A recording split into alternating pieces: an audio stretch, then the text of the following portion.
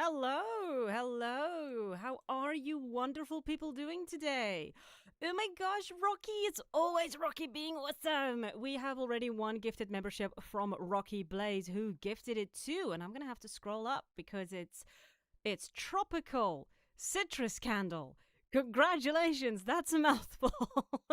Rocky also gifted another membership, I believe, or no, you became one of the kettles for 1 month, and they say currently melting from the heat, watching 3 streams at the same time and preparing for our RDO trail ride in an hour. So happy to see you here. And Cow, can you guys hear me? Is everything good? I am always so nervous about that. And I can't see your chats. Why can I not see your chats? Let me just refresh this. I think it froze. Because, of course, Rattle is so freaking well organized. Up the heat is so real. Okay, let's see. Can you guys hear me? Oh, dear. Yeah, everything is good. Okay, let me just. That a bit better? I always do the quiet thing because I actually have to change my recording. I have to change the audio input for my recordings, otherwise it's all poppy, and then it gets weird. Rocky, you say you're dying from the heat. Oh, that sucks. I hear it's very hot there in Europe today, or just overall. Hi, Rimfax. Thank you for joining. And we have Cow, of course. Hi, Cow. Thank you for being here. Cow. I think it's Cow. I hope it's Cow. In Bezuar, freaking hell. In Bazour, the heat is so real. It's been unbearable today. Yeah, it is. It is hot. Yeah, Cow, same. It is winter. I'm having a lovely time. We had a slightly hot day yesterday. It was quite nice. I had a wonderful day. Also, my background for today is Red Dead Redemption 2. So that is just falling in line with where Rocky is heading in about an hour. Oops. I nearly choked myself. I have no idea how I just did that. You guys ever do that? You just kind of try and choke yourself a little bit? Don't ask. I've been very good. Thank you, Rimfax. We actually have a lot to cover today because we have like new horse games. I've been meaning to chat about this one for a while, which is the Barbie Horse Rescue. Everyone is freaking out about it. I'm quite curious about it. And then we actually this is the reason why I'm late. Like 3 minutes before the stream when I wanted to go live, I discovered that, what's the name? Kimori. Hi, Cowgirl. Hi. Oh my gosh, Cowgirl. We haven't chatted in a while. How are you doing? And hello, Maureen. It's nice to see you. Thank you for being here. And also, Oreen. We got Maureen and we got Oreem. We got Maureen and we got Ori. Oh, no, Ored. Never mind. I cannot read. It is 16 degrees Celsius right now. But yeah, so I heard that Kimori is has added to the beta the Breton, and I have thoughts. I have so many thoughts, but we're gonna get into that soon. I just first want to chat about this. Also, another Equinox video is coming hopefully tomorrow. We'll see. Kind of still working out some kinks, just some stuff that I'm trying to figure out. Yeah, Rocky, I know you guys are dying up there. Just hang in there. Like in the immortal words of, I believe it was Jon Snow, winter is coming. Like just hang in there, Rocky. You guys are gonna make it. Okay, so let's get into this. We're gonna start off with Rival Stars Horse Racing, which announced about a week ago that they have released now into the App Store and the Google Play Store Barbie Horse Ride and Rescue.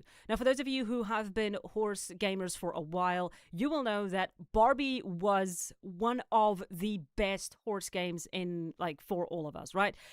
I think we all at least played one Barbie game. I know I did. Can't remember which one, but I did play a Barbie game.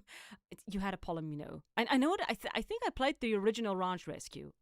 Was it Ranch Rescue, or was it Wild Horse Rescue? It was something along those lines. It's been a minute. 23 degrees is not bad, Cow. I can do that.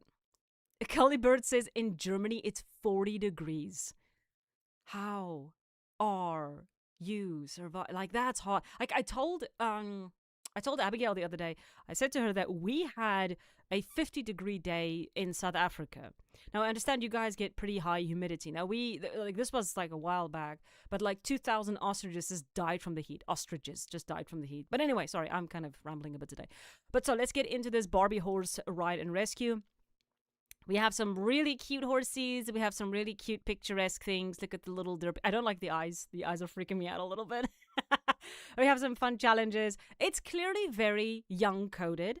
But I have been seeing that a lot of people say they're really enjoying the game, which is fine. My only gripe I have with it is that it is a very much a mobile game. So as you can see, you have the aesthetics or the visual what do you call it, cosmetics. So it's going to have that element to it, and they're clearly catering to their audience with the photo section and stuff. And you have a story that you have to sort of solve, which is also cool. Solve the mystery of Moonrise Valley. So it's cool. Like that's a cactus horse. They got a cactus horse. Why do we have cactus horse? I want to ride I don't think it'll be comfortable, but I really like to ride a cactus horse. But the point is, I do like the fact that Barbie has sort of kind of grabbed the reins, so to speak, and come back to something better, because good golly, Miss Molly, did this poor franchise get a beating over the last few years. But let's read here what Rival Stars is saying. The wait is over. Our brand new game, Barbie Horse Ride and Rescue, is officially live on the App Store. Join Barbie and Barbie as volunteers at Roaming Hearts Rescue Ranch. Here you will rescue and care for beautiful horses, all while exploring scenic routes of Moonrise Valley in your favorite styles and uncovering the local mysteries of the valley. See you at the ranch. Now, the reason why I'm not chatting about this game yet is because it's only coming to Steam and Nintendo Switch in 2027. So I'm probably going to be doing, hopefully, a review by then. I haven't done Rival Stars yet. Good grief. So let's see what Rocky says. Pretty sure this is why Abby isn't stream. No. I actually waited to see if she was going to stream. And when I saw she wasn't, I just kind of pounced. Kelly Bird says, in the very heart of Berlin, and the concrete jungle is not helping with the heat. I'm watching this sitting in a coffee shop that has, of course, Colbert, not Calibert, Colbert. Go melt in the coffee shop. And Bazur says, the controls can be a little clunky, but it's otherwise so damn fun. I'm glad because Barbie was such a staple for a lot of people back in the day, and it's nice to see this franchise finding its footing again, because good grief did it take a knock for a while, right? Let's see what some of you are saying. Cowgirl saying, I'm doing good, no longer working at the toy store. Got a job as a front desk manager, warehouse worker, and just recently got promoted to a desk job there. So it's going good. That is also dressed as a pay. P-E-I. Pay. What is that? Cowgirl. Translate. For a photo of last May. Okay, that sounds like... Wait a minute. Wait, sorry, I just had like a very old memory kick back up. Sorry, that was like really weird. Sonore says, "Ooh, I love that butterfly outfit." Yeah, it is cute. Just for interest's sake, did any of you play Barbie games? Just want to hear that before we shuffle on, because I wanted to make this the focus, but we're gonna talk about a lot. Also, you might be hearing me opening a can. Ah, that's good. That's a delicious sound. I'm not for ASMR though. Let's see here. Erishur says, this is now my go-to game when I have nothing to do. Yeah, that's usually the way with mobile games. That's sort of my way with Palia. Palia is sort of when I want to chill out for a bit, I play Palia. That's my relax game. Let's see what you're saying. Nbazur says, honestly, I loved Barbie Horse Adventures when I was little, and this is giving me so much nostalgia. I know, right? It's so nice to see them coming back. Nixie Kuga says, this is actually my first ever Barbie game. Oh, that's so cool. It's nice that you're getting a good experience with the franchise. That's awesome. So Noria says, never played, but I had the Horse Barbie movie on DVD. Oh, that brings back memory. I need to watch that again. Like, Barbie movies were fun. Like, I remember this. They were fun. Let's see. Rimfax says, I'm still such a wreck after finishing this year's dental assistant internship. I was standing for 6 hours assisting in procedures and cleaning tools. Ouch. I hope you're feeling better, Rimfax. Rocky Blaze says, I didn't. Barbie was too girly for me. That is absolutely fair, Rocky. But if you need a horse fix, you took anything you could. I'm sorry. I took anything. I grabbed anything that even looked like it had a horse. I finished an entire Lord of the Rings game because the back of the box said it had a whatchamacallit, the thing. It said it had horse riding. Sorry, I had a brain fart for a moment. It had horse riding, and I never got to. I never, it never had a horse. So that was awful. What did Cal say? Rattle, do you know why Abigail didn't stream on the 13th of this month, my birthday? I don't know, Cal. I will ask her, and whatever answer she gives, I will kick her for you. How does that sound? Can I kick her for you? Will that make you feel better? I can throw her off a bridge. I'll just make sure lands somewhere that doesn't hurt too much. How does that sound? Mon cheese says pie, General Pie from. Okay, good grief, you guys are talking weird languages. Oh, Rocky Blaze says Abby's also said she'd try to stream on your birthday, didn't she, Cow? Oh, Cow. Yes, I will throw her off a bridge for you. Cowgirl says pie as a pie. Oh, that was the thing. You created so much confusion in the chat, Cowgirl. But yes, Cow, I will throw Abigail off a bridge. No, I will kick her off a bridge, then I get both of them in. Anyway, but let's move on. We have a brilliant horse game. For those of you who are interested, go and check it out on the App Store and Google Play Store. And please let me know what you guys think. I am so going to be checking it out once it gets to PC, because I don't have a phone that can play these games.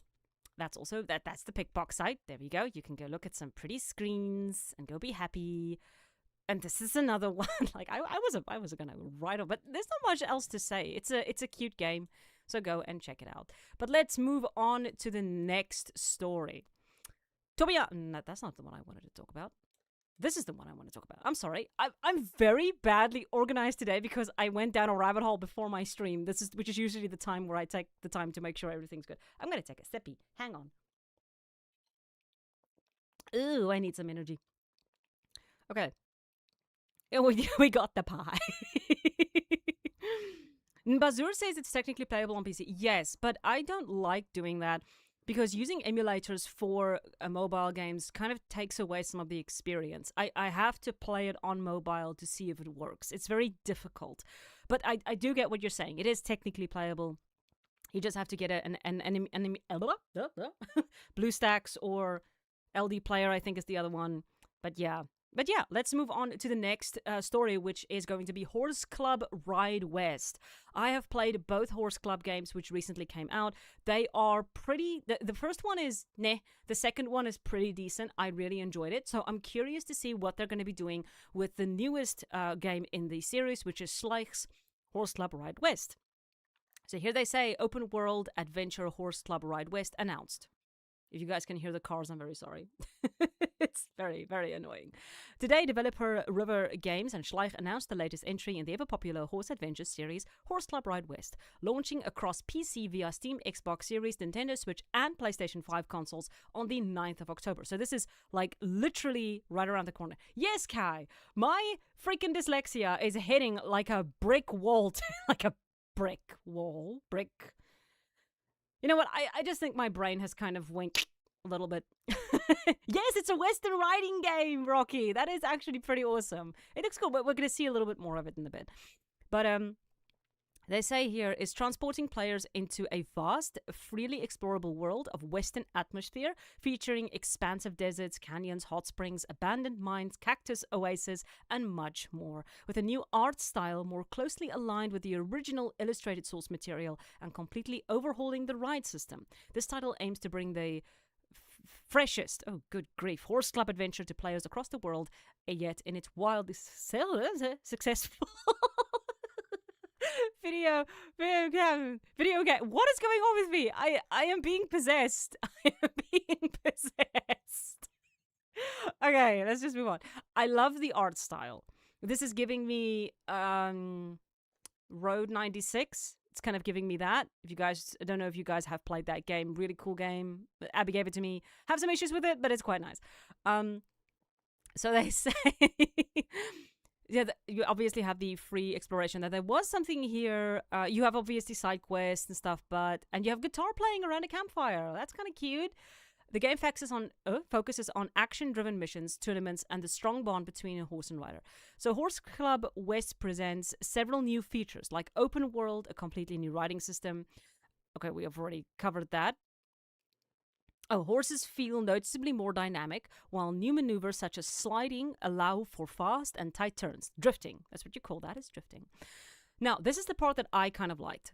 The 6 rideable horses each feature unique characteristics as well as distinct personalities. Their attributes, including speed, stamina, agility, jumping ability, and friendship, can be individually upgraded. In addition, more than 100 combinable customization options for characters and horses allow players to freely express their creativity. So, what I like about this is we clearly have a lot going on. We have personalities and we have characteristics and we have combinable customization stuff. But what I like about it is it's not 7 million horses, it's 6 they're putting focus on, which is awesome. I like that. It means that they're focusing on making something good. Also, the person in the back's leg feels very short. Is that just me? Are you guys seeing that? Let me zoom in. Are you guys seeing that? Like, her leg is way short. Am I the only one seeing this? Let me see. What is Rocky's... What did Rocky say? Now I have to scroll up. I am not doing the Scottish accent. I'm already having a problem focusing. It's not going to work. So Cowgirl Mermaid says, I still have a Barbie Riding Club disc, though the game is too old for my current PC. This new one, HWR, is the other way around. My phone is too old for the game. We'll probably try out the Steam one though. Yay, that's awesome. I might do the Scottish accent, Rocky. I'll maybe do the Scottish accent. The Polomino is pretty. It's pretty. What about the story of Alicia? I am not picking up the thread here. Breath of the Wild vibes. Yeah, and Bazur, that's so true. It does have Breath of the Wild vibes. Just warmer, if that makes sense. Does anyone here have recommendations for horse games that don't cost a fortune and actually work? That is something that Isopod Lover asked. That doesn't cost a fortune, and that's actually good. That's actually finished. Wow, I'm blanking. Go with Barbie. That's about the only one I can think of right now. Okay. I like WWM. It's not exactly a horse game, but you can ride a horse. A Wind Waker, I'm thinking. The game is free to play. Oh, no, that's not. That's where winds meet. The only reason I don't like that game, Mom Cheese, is because they very much focus on... they're very much focusing on... help me. AI. There's the word I'm looking for. Abigail, for your information, I have not said a damn word about Rival Stars being a stupid game. But now I have. And my viewers have to listen to me, so go away. Runfact says, yeah, no finished working horse gaming. Raj Rivershine, Rocky. That is so true. Also, Abby, you're in trouble. You're in a lot of trouble. Cow has yeah, there we go. Cow has a question for you. So prepare yourself. Yeah, I'm gonna let Cow take this, and then I will kick her later. Like we're doing this. We're doing this. We're doing this in the correct order, Rocky.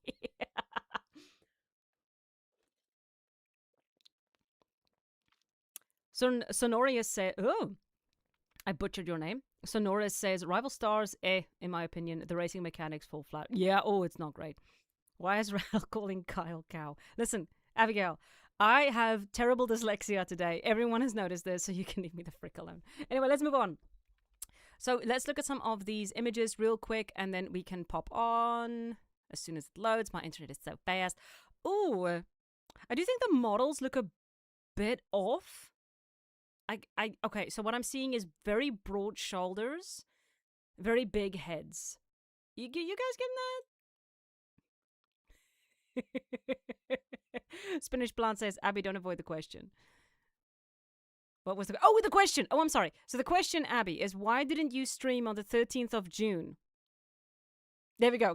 Kyle just answered it. Why didn't you stream on her birthday on the 13th of June? Let's look at some of these characters. Oh, there we go. We can paint. That's cute.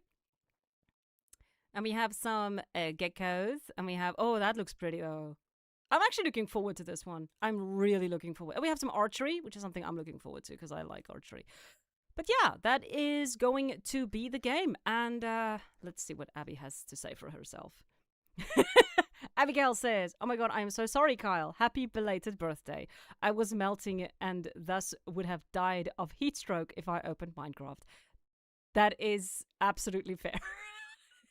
Like, you guys have all been complaining about the heat up there.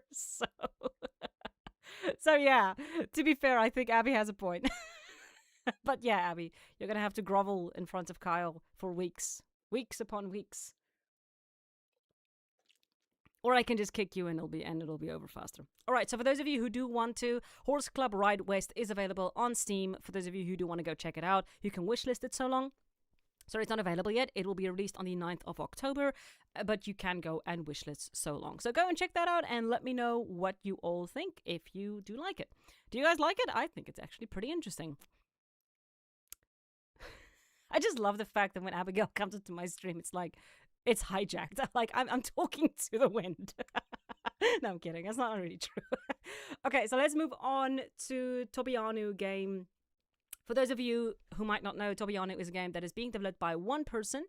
And I just kind of want to touch on this one a little bit because I had a very bad reception. It kind of landed and people weren't very happy about it. And it kind of has been struggling to, I think, get an audience overall. They've been updating a lot of late. This is the one that I really wanted to look at. No, Rocky, I don't believe you. I'm sorry. Yeah, I don't believe that you love me. You don't. You just want me to do a Scottish accent. Rocky says, oh yeah, I'm playing Tobianu. What do you think about it, Rocky? I'm very curious because I've not been getting a lot of great reviews for it. So it's kind of interesting. I want to hear what your thoughts on it. Has anyone else played this game and what do you think about it? Here she says, finally working on graphics and lighting. I've already got some great feedback and made changes since these screenshots. So horses are more matty. Shadows and trees show further away. Please let me know if you have any thoughts. Yeah, it's kind of like I do feel like she's moving forward at the very least with the game. It has had, I think, a rocky start. As what I remember, people weren't too happy with how it was launched. Maybe a situation of Rock. Okay, fine. I believe you. Thank you, Rocky. Thank you, Rocky Blaze, very much for the £2. €2. Haha. I do love you, Rattle. This is proof. Okay, I believe you. 110,000%. Thank you. I'm sorry. I didn't mean that. Thank you very much. You're very sweet. Slay Rocky, says Abby. Yeah. Abigail Pinehaven says, I wanted to like Tobianu so much, but you can tell this is the first game attempt. Yeah, that's what I've been hearing. It's very clunky. It's kind of struggling to find its stride, no pun intended. Abigail also says, I didn't want to put negative reviews out about it, but it's not great at the moment. They have been working on it. I'm curious to try it again, just because there seems to be a lot of forward movement on it. Like the last couple of, I'd say a couple of weeks, like they've really been pushing a lot of updates for the game. So I'm curious to see if all of these updates have helped to ease some of the problems, or if it's still kind of in that state. But yeah, I'm just glad to. I just kind of want to bring attention back to this one to show that the developer is working hard on it. Might have had a bad experience when it first launched, but they are really pushing to try and get the game up to a standard that is that is going to make players happy. And I think that's always a great sign with a developer, right? When they take the feedback, take it on the nose, and they're like, you know what? Let's see if we can make this work. That's always very, very respectable from developers when they can take that criticism. We have seen a lot of developers, especially on this channel, who can't do that. We've seen a lot of those, actually. Aura Red says, sad, but previous game also didn't made their horse model cute, but meh. Yeah, that's sad. I want to see. Sometimes my... Oh, there we go. And Bazura says, that's actually pretty nice to hear. Glad they didn't just bail. Yeah, that is very commendable. They're working on it. Is it going to be as great as the Barbie game? Obviously not. It's a single... Oh, look at that. It's okay. That's actually kind of cute. We got a pregnant horsey. We got a pregnant horse. Yeah, I kind of. That's kind of cute. I just turned into something. I don't know what. It's okay. That's kind of cute though. Oh, Tixie Ray, howdy! Thank you for joining. That's very. Thank you for joining. Rocky Blaze says, "I'm gonna give the game more time, but at the moment, I really don't like it." Yeah, it needs work. It does need work, but they're putting the time in. Let's hope they get somewhere where we can all enjoy these types. This game where we can all enjoy the game properly. Turbo Via says, I just installed that Barbie game and it seems cute so far. Weirdly, you pick out the horse you want at the start, but then your first mission is to catch a new horse and then you ride that. Oh, I hate that so much. Oh,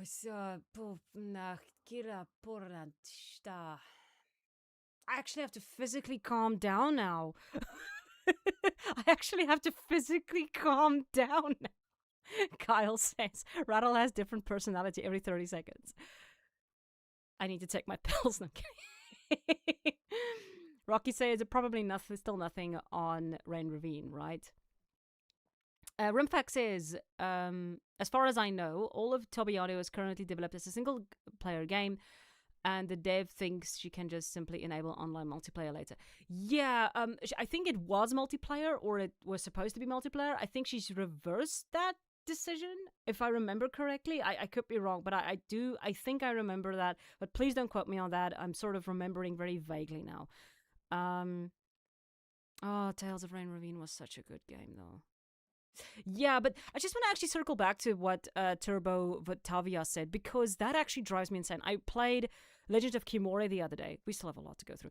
But I played Legends of Kimore the other day, and there's this point where you have to buy your own horse, and I was riding George the Frail, and George the Frail was annoying the frick out of me. So the guy's like, oh, go purchase new horse, then you will have better ride. And I'm like, oh, great, I shall go buy new horse. And so I bought new horse.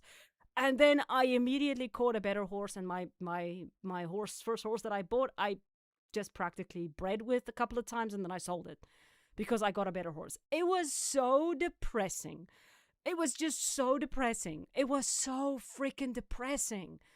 God, I hate it when games do that. When that first horse or that first thing that you get, that you work towards, is just kind of thrown away. It's bad game design, in my opinion, right? Maybe I'm wrong there, but I hate it so much. And Bazur says, okay, yeah, one minus for Barbie Rescue is it's not a good idea to get attached to the horse in the beginning. Rumfax says, someone is remaking Tales of Rain Ravine. Yes, we can actually look at that right now. I think we're done with Tobiano. We can kind of move on from that. That's something else. We're going to look at that in a bit. Okay, so this is the game that you just mentioned.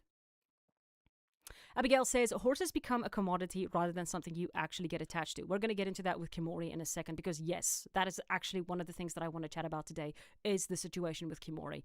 Like, that game is really ticking me off, and it's frustrating because, again, just like with Equinox, there's something good there, but they're focusing on the wrong thing, in my opinion. But that's just where I'm coming from. But yeah, they're absolutely 100% right, Abby. They're a commodity. I'm going to take a sippy sip because I'm getting thirsty. Oh, that's a good energy drink. So Sonora says, I hate it when stats are needed to progress in horse games after you customize your dream horse. Yes, that actually drives me insane. So this is the game that is sort of trying to recreate Tales of Rain Ravine. Very simple at this point. They're working very slowly. They have a prototype down so far, but it's kind of slow moving. They did post on Reddit where they were kind of like, should I continue with this? It's Bomi is making the game. You can go and look at this on itch.io, where they have the writing mechanics, which is pretty cool. I have linked everything in the Discord, in the description for once. I'm actually very good at this now.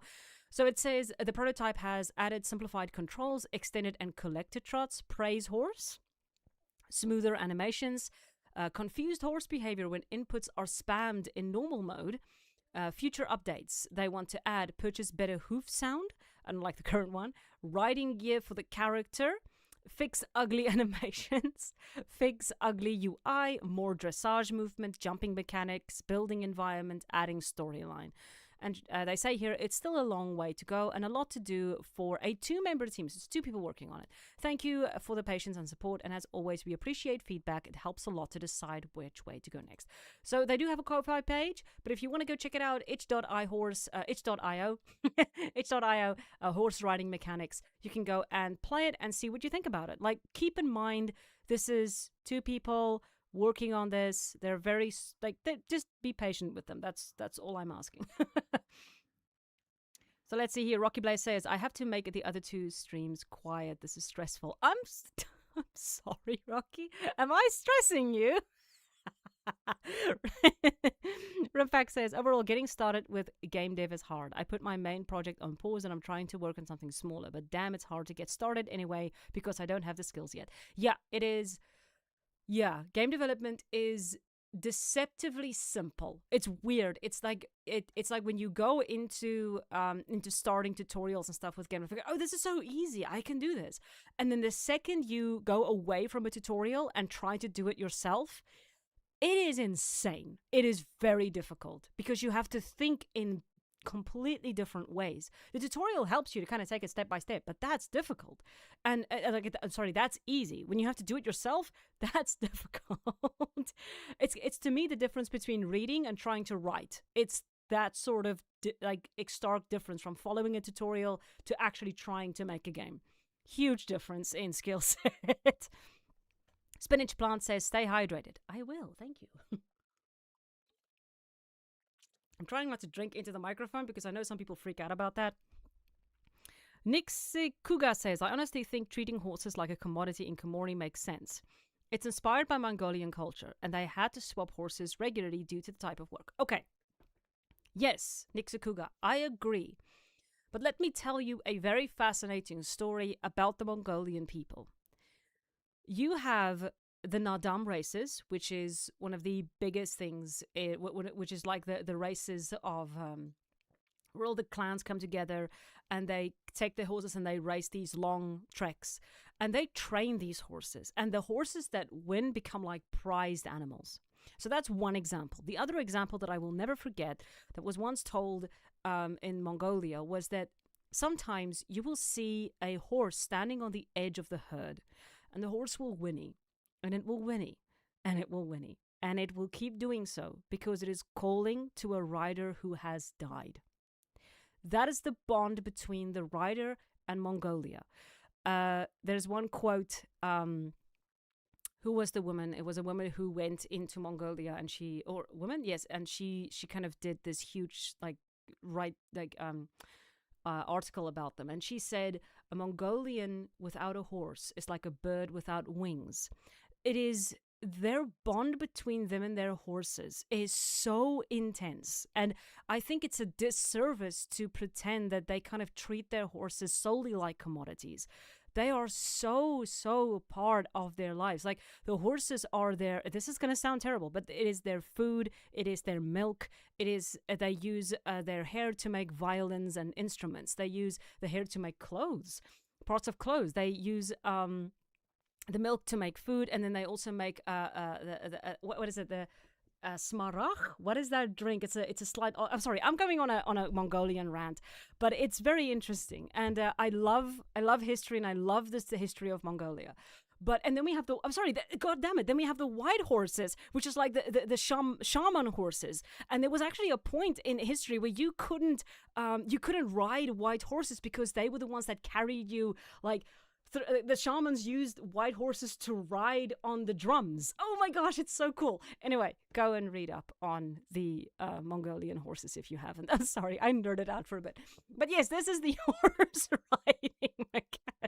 riding mechanic game. Go look it out, it's really cute. I should actually leave this rant for when I talk about Kimori, which is going to be in a bit. But let's move on to the next story. Because if I don't, I'm going to be sitting here and chatting about Mongolian horses for the next 30 minutes. So this is Ooh, this is the okay. So a full devlog is soon coming for this little game, which is Noble Steed, and I really wanted to just kind of quick little one here because because this dev is actually adding some personalities to their horses. So we're gonna look at this a little bit. Some of the horses you'll see actually kind of one of them is pawing the ground, and then we have this horse, which I don't know what it's doing. Oh yeah, it's running a little differently. It's kind of cute. Like you kind of see some of the different animations in the horses because they're different horses. Oh, that one's kind of munching a little bit. So they're actually adding some horse behavior. And as they say here, each personality has completely different set of animations, which change how they move and behave. Some are a bit impatient, some bouncy, and some are maybe a little too laid back. Now, this game, just very quickly, Noble Steed is like a combat-oriented horse game, which I am... Oh, now you can jump now! Whee! Which I'm insanely looking forward to, which is I want to play this game. I cannot wait to play this game. And they say here, there are currently 5 different personality types ready for the demo, with at least 3 more planned for full release. So they're going to have 8 different personalities, and we have a demo in the making. I'm looking so stupidly forward to this. Okay, yeah, whatever. I like the game. Leave me alone. All right, so let's see. Sonora says we hit Rattle's special interest. Oh, well, that's one of them. I can talk your ear off about the plague, about the quintessential railroad disaster. Okay, I could talk your ear off about a real bunch of stupid stuff.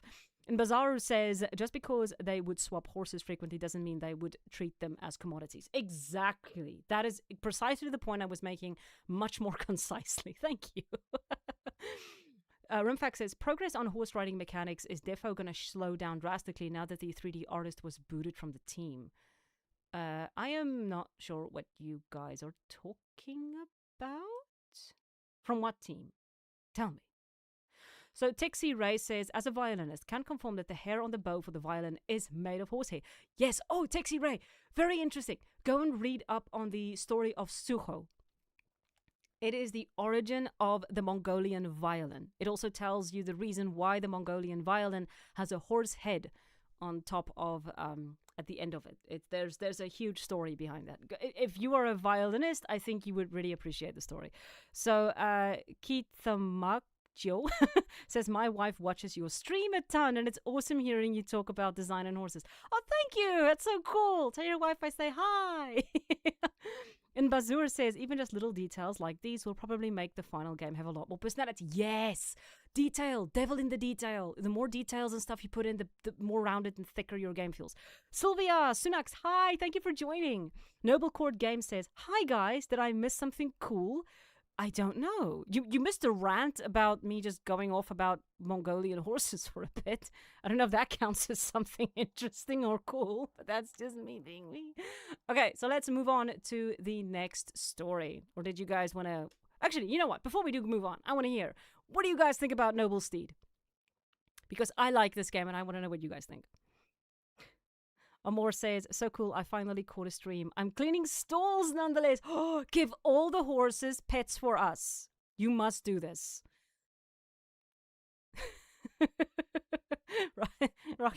Rocky Blaze says, Rattle is cool. You didn't miss her, so you're good. You're Rocky! You're very cute. Amor, I hope you're petting all the horses you can. And tell them it comes from all the Rattle viewers and Rattle watchers and stuff.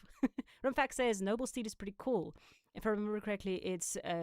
Unreal Engine 5, and that person's first game. I believe it is their first game. Yeah, you're right. Nixie Kuga says, it looks really charming. I'm curious about it, but not sure if it's my type of game. Very fair. Why is my eyes going? Erishun says, I love when horses have personalities in games. Me too. And Bazur also says, it looks unique. I think we definitely need more variety in general in horse games. And then Aura Red says, interesting. And I try demo too for sure. Armored Wings, I finally got your name right. Petting Anya for you, she appreciates it. Yay, we got to pet a horse, guys. We got to pet a horse. And thank you very, very much, Armored Wings, for doing that and giving Arnia a little scritch. Amia, a little scritch. I really need new glasses. Okay. Moving on to an update on the future of Sound of Horses. Sound of Horses is a game being developed by two people, two or three people, or two people. And one of them, I believe, is an ex-Star Stable employee, if I do remember correctly. So this is pretty interesting. There was a bit of controversy around future of Sound of Horses, the Sound of Horses, because they wanted to kind of release episodes one by one, and people felt like that was a bit cash grabby, so people were a bit miffed about that. So they have changed it. And they have said, hello everyone, we would like to share an important update. Our plan was to release the remaining episodes separately during early access. However, while working on episode 2, we realized that we need to develop all remaining episodes as a whole in order to create the best possible experience. Releasing each episode separately across all platforms involves a significant amount of extra work, including testing, localization, bug fixing, and store updates. Since Sound of Horses is developed by just two of us, we want to spend as much of our time as possible actually making the game. Very fair. Because of this, we have decided to release the rest of the game as one complete experience rather than as separate parts. And, this is the best part, everyone who already owns Sound of Horses will of course receive all future story content at no additional cost. That is pretty damn awesome, not gonna lie. They also say, we truly believe that this is the best decision for Sound of Horses. Even though this means a longer wait, we will continue to keep you informed through regular development updates so that you can follow the progress of the adventure we are creating. And of course, thank you for your patience and thank you for your support from Lola and Anders Vanilla Sky Productions. I think that is a really cool move from them. Of course, it did have to do with the development. I would say grab the game while it is still cheap so that you can enjoy the game when it is fully released. Mbazur says, Grandma Rattle, ban! Ban Mbazur. I might be a grandma, but you don't have to remind me, goddammit. Sonora says, Rattle goes UNC? God, I'm so stupid. Okay. Erin Soon says, oh, I haven't heard of this one before. You haven't heard of it? It's actually pretty cute. I've played it. I don't think I was in the right mindset for the game. It's kind of like sometimes when you pop open a game and you're like, ooh, I'm not gelling with this. It has a very old Star Stable vibe. And I just remember I picked it up and I was like, yeah, I'm not feeling this right now. So I didn't do a review on it because I just didn't want to basically be 100% negative because I wasn't feeling the game at that stage, right? However, I have seen a lot of people, as we can see here, very positive. People do enjoy it, and you can see this is heavy Star Stable. A lot of us thought that they just kind of picked up a lot of Star Stable stuff at that stage, like Star Stable things. I don't mind. Rocky Blaze says, I don't mind waiting. Loved the start of the game. Oh, that's cute. Okay, I tried it. I just wasn't in the mind for it. Kyle says, Ancient Lady Rattle, ban Kyle as well. We must ban all of you. Abigail Pinehaven says, Rattle is a horse game. Hater confirmed. Yes. according to most horse game developers, yes. Also ban you all. You will all be banned. Rocky Blaze says, Abby is a Rattle hater confirmed. Rocky, you're the only one not getting banned. Thank you. And Bazur says, how many hours of gameplay would you say Sound of Horses has right now? Or is it too early for it to be much gameplay? I'm going to ask anyone else to kind of respond to Nambazur. How many hours of gameplay would you say? Rocky, I think you said you did play the previous one. How many hours would you say did you clock in for that? Rimfax says, yeah, most of the world is 1-1 with SSO world, and the sky texture was stolen from old SSO. Yeesh. Arisoon says, old SSO makes me feel so nostalgic. I know, it does. Even the road texture is ripped. Yeah, it's there's a lot here that is so SSO. Kyle says, Abigail Pinehaven, Abby hates Rattle confirmed. I do confirm. Abby! I'm so... Should I ban her? Guys, should I ban Abigail Pinehaven? I'm going to make a poll. Should I make a poll and ask you guys? Start a poll. Should I ban Abby? Ban Abby for being mean. No, I'm just going to ask that. Should I ban Abby? There we go. Start poll. I'm an idiot. There we go. Tell me if I should ban Abby. We're getting yeses. Oh my God. So far, it's a yes, Abby. So far, it's a yes. Cowgirl says, I'm too invisible to be banned. Yeah, but Cowgirl, you're cool though. You're chill. You're awesome. You're Pie Girl now. We're gonna call you Pie Girl because you were dressed as a pie. A Wizard K3 says, purge the non-believers is what I'm saying. Yeah. Abby, you're losing. Bye, Spinach Plant. Thank you for joining. Or no, are you saying bye to Abby? That's awesome, actually. Rattle, time out, Abby. We're gonna time her out. We're not gonna ban her. Maybe we can just time her out. Okay, we're gonna let that run, and then I will ban her after the next story. We're gonna see how far that goes. If anyone is still, or are we done voting? Bye, Abby. Okay, Abby, the votes are in. We're gonna time you and put user in. Should we put her in timeout? We're just gonna put her in timeout. We're gonna put her in timeout for 5 minutes. No, bye, Abby. I am gonna pay for that. Abby is gonna make me pay for that. I am gonna say she is gonna make me pay for this. Oh my god. Rimfax says, bye, Abby. Enjoy the corner of shame. Say hi to the demons for me. Nazar says to the shadow realm. You guys are so evil, though. Like, everyone just like, bye, Abby. Poor Abby. Okay, let's move. The funny thing is, she actually does like chat a lot now. I've banned her, and it's quite sad. Okay, so the next one we're going to be chatting about is one that you know what? God, I feel kind of bad. Let's bring her back. How can I undo this? Is there a way to undo this? I have no idea how to undo this. I'm gonna remove her. God, that's awful. I'd use her on this channel. Add as a moderator. Okay, Abby, I'm gonna make it up to you. I'm gonna add you as a moderator. Later, I'll do that later though. Okay, so let's see. Sonora says, Rattle, so sorry about your car crash tomorrow. Oh shit! She's basically freaking paying someone to have me killed. Basically, BB says, it's okay. She can write a banger Google Doc on you now. Holy shit! She can do a video on me now, and she can kick me like bad. Amazino says, bring us back a souvenir, Abby. Let's see if she comes back.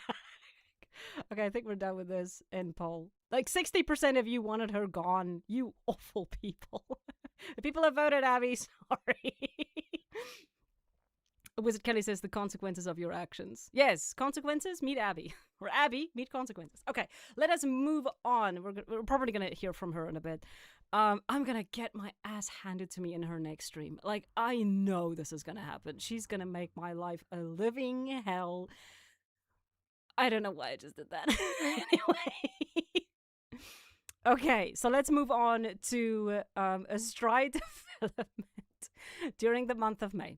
So they kind of made a post on June 4th. Are you guys still following on with Astride? Are you guys excited for Astride? So let's see here. Imagine if she calls you right now. Don't do that, Abby. Please don't do that.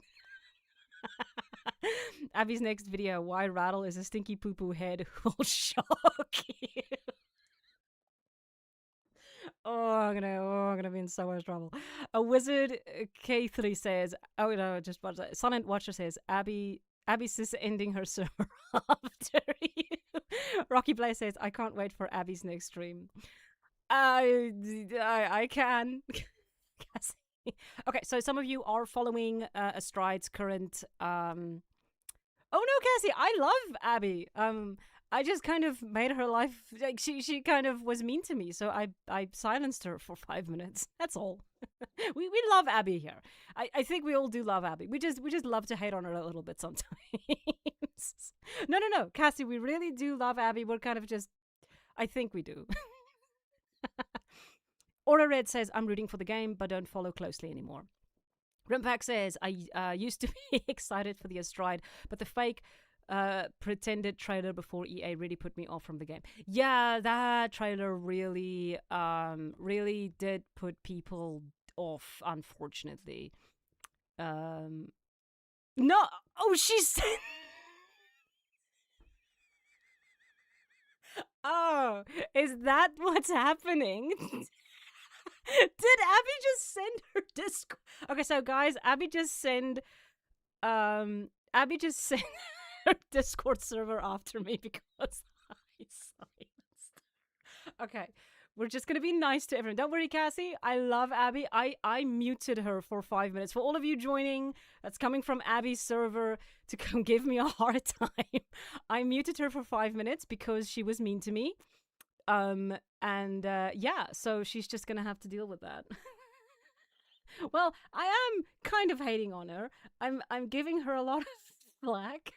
Basically, BB says Abby did not agree with Rattle's views on chicken, so she had to go. Exactly. That is precisely the thing. Rumfax says, oh my god, Abby is really making a call-out dog now.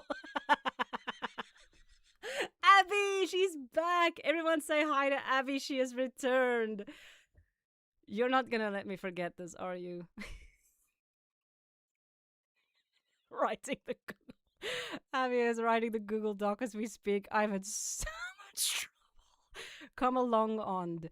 Oh my god, I'm so glad I finally caught a stream. Thank you for being here. Welcome. Abby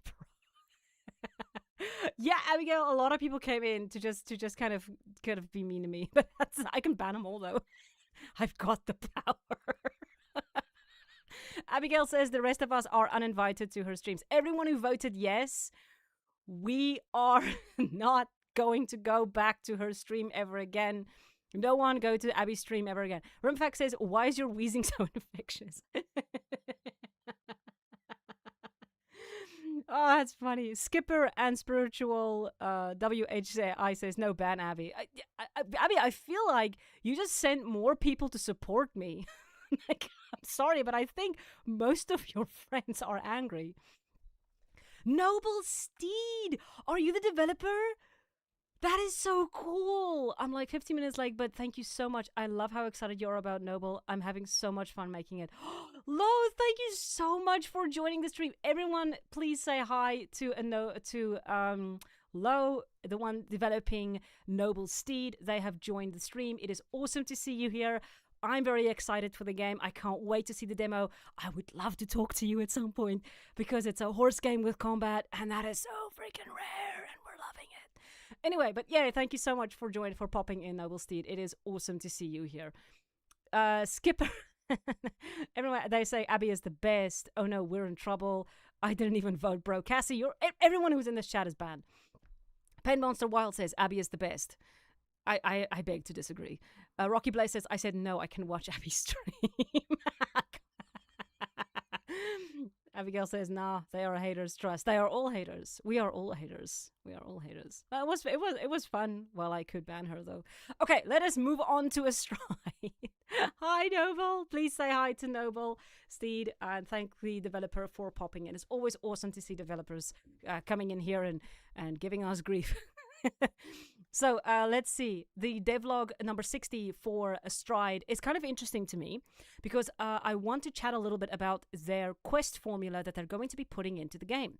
So we're just going to read the first part. Maya here. Me and Marius have worked on a quest system for the game to loop this past month. Note, this is not programming but pre-production for it, so please keep that in mind, which means we first have to divide the different categories of quests, which as of now is breeding and training, stats and disciplines, and 3 behavior training, spooking, bolting, etc. The next step was to define how to change the difficulty within each category, and that may include, for example, tiers. We want these quests to have a formula that lasts forever and never stops giving new quests, kind of like a randomizer. The hardest one to work on was breeding, since there are so many factors that can play into this category. Breed size, gender, coat color, markings, and so on. All of the genetics. Oh, sorry. Some clients are pickier than others. So here's an example. Hello, I want Brunbach, Beidan, Norwegian Fjord Horse. Can you breed me one? This requires 2 Norwegian Fjord Horses, a Dammensire, and that the foal inherits the Brubach color gene. For a more advanced quest, it can be, hi, I'm looking for a Norwegian warmblood, but I want a stallion that is red Tobiamo with a blaze, face marking. Here you will need a Norwegian warmblood with a foal inherits a red base coat with Tobiano and also has a facial marking and its coal stallion. So that's kind of, I'm not going to read everything, but that's sort of the gist they're going for, which is pretty awesome. Let me just see a little bit what you guys are saying before I pop off or go on. Kyle says, Abby, but you were hating on Rattle first. Yes, thank you, Kyle. You may stay within my chat. Silent Watch says, I am stuck on chapter 1 in the Barbie horse game. Oh man, hope you get past that. Armored Wing says, if you ban me, I won't pit Spartan for you. Okay, Armored Wing, you are immune to ban. You will never be banned. A Noble Speed says, Rumfag says it's Unity, and yeah, aside from like little tutorial ones, first full game started from 0 experience in October. Wow, that is really cool. I'm so looking forward to this game. Page Monster Wiki Wild says, is anyone else uncomfortable with Rattlesnake? I'm sorry. I have a wild laugh. My brother used to say, I laugh like a rubber witch. So yes, I'm sorry. Rocky Blaze says, I gotta go. Trail ride is starting in soon. Have fun. Thank you, Rocky, for being here. Please, everyone say bye to Rocky. She gifted some memberships today again. Of course, Rocky is awesome. Let's all just say bye-bye, Rocky, and thank you for joining us. A Wizard Kithri says, you should be immensely proud of what you have, your team has created. Yeah, to a noble steed. Absolutely. A Resume says the chapter missions. Okay, sorry, that's the chapter missions thing. Let's see. Noble Steed says, thank you. It's just me. All of it solo. I'm very proud. You can be. That is really cool. Okay, so. You know what, Paige? It's very fair. I have been told I have a wild laugh. Carolina says, y'all stop being haters on Abby. She did nothing to y'all. You weren't here. You didn't see the destruction that woman left in our wake. But anyway, let us move on to exactly what is going on here with Stride, because I find this extremely interesting. So Skyrim has we're going to be talking about Skyrim because there's a reason for it. Skyrim has what is known as the Radiant. Oh no, Caroline, you're fine. You can leave the messages. It's perfectly fine. Like we were having a lot of fun. Abby was having a lot of fun. We were all just being a bit overly silly. But I just to be fair, I did silence Abby for 5 minutes. But so the Skyrim had a very interesting thing, which is called Radiant, which is the Radiant system. Now, this is the Radiant system for dynamically generating game content. This helps to make each playthrough unique, but it's also designed to try and get you to visit each location at least once. So this is very fascinating, and I just closed this freaking thing. But the Radiant quest system is a quest generator that creates quests from a series of components such as location, enemy type, and reward. And that is precisely the type of quest system that Stride is going to be trying to implement, which I find very interesting because this quest system was developed or was launched into the world basically about 16 years ago with Skyrim when it was launched in 2010. So it's interesting that I'm sure that other games have used this Radiant system as well, but it's interesting to see a Stride kind of taking that route. But I do remember vaguely that they did mention this at some point, right? So it's kind of interesting to see them move into that direction and, create this specific type of thing, because that means that you will consistently have content in the game, right? Which is going to be awesome if they can pull it off well, which is going to be the difficult part. So Armored Wing says, oh my god, I'm playing the Barbie game and I actually don't hate it, which is a good thing. That's so cool. Abby Cat, hello, thank you for joining. Ravel, please get you block. No, I don't block everything. It's kind of I do get why ads need to exist. I try not to screw over them too much. I do have ad block, but we're not going to talk about that. Jessica Kato Cat says, hi, I'm late, so I must have missed it, but thank you for shouting. You don't have to worry. Thank you for being here, Jesse. Because this is actually a great spot. But that is just something I really wanted to spot check with. Oh, we're going to get to that in a bit. Spot check with a Stride. I find it very interesting that they are going to be basically using a form of the Radiant system that was used in Skyrim. For those of you who have played Skyrim, you will know that there is never an end to quests. There's never an end to it. But yeah, so let us move on to the next story. And I think I'm actually going to maybe drop one of these because people Oh, no, no, that's fine. We're going to drop this one. It's too much. It's too much. It's too much. Okay, let us get into Fernhoof Grove. But first, I want to hear, before we get into Fernhoof Grove, what do you guys think about Astride? Just very quickly. Yes, Noble Steed, it does. Like, I'm sorry, Noble Steed says, I love that, gives it massive replayability. I'm pretty excited for it.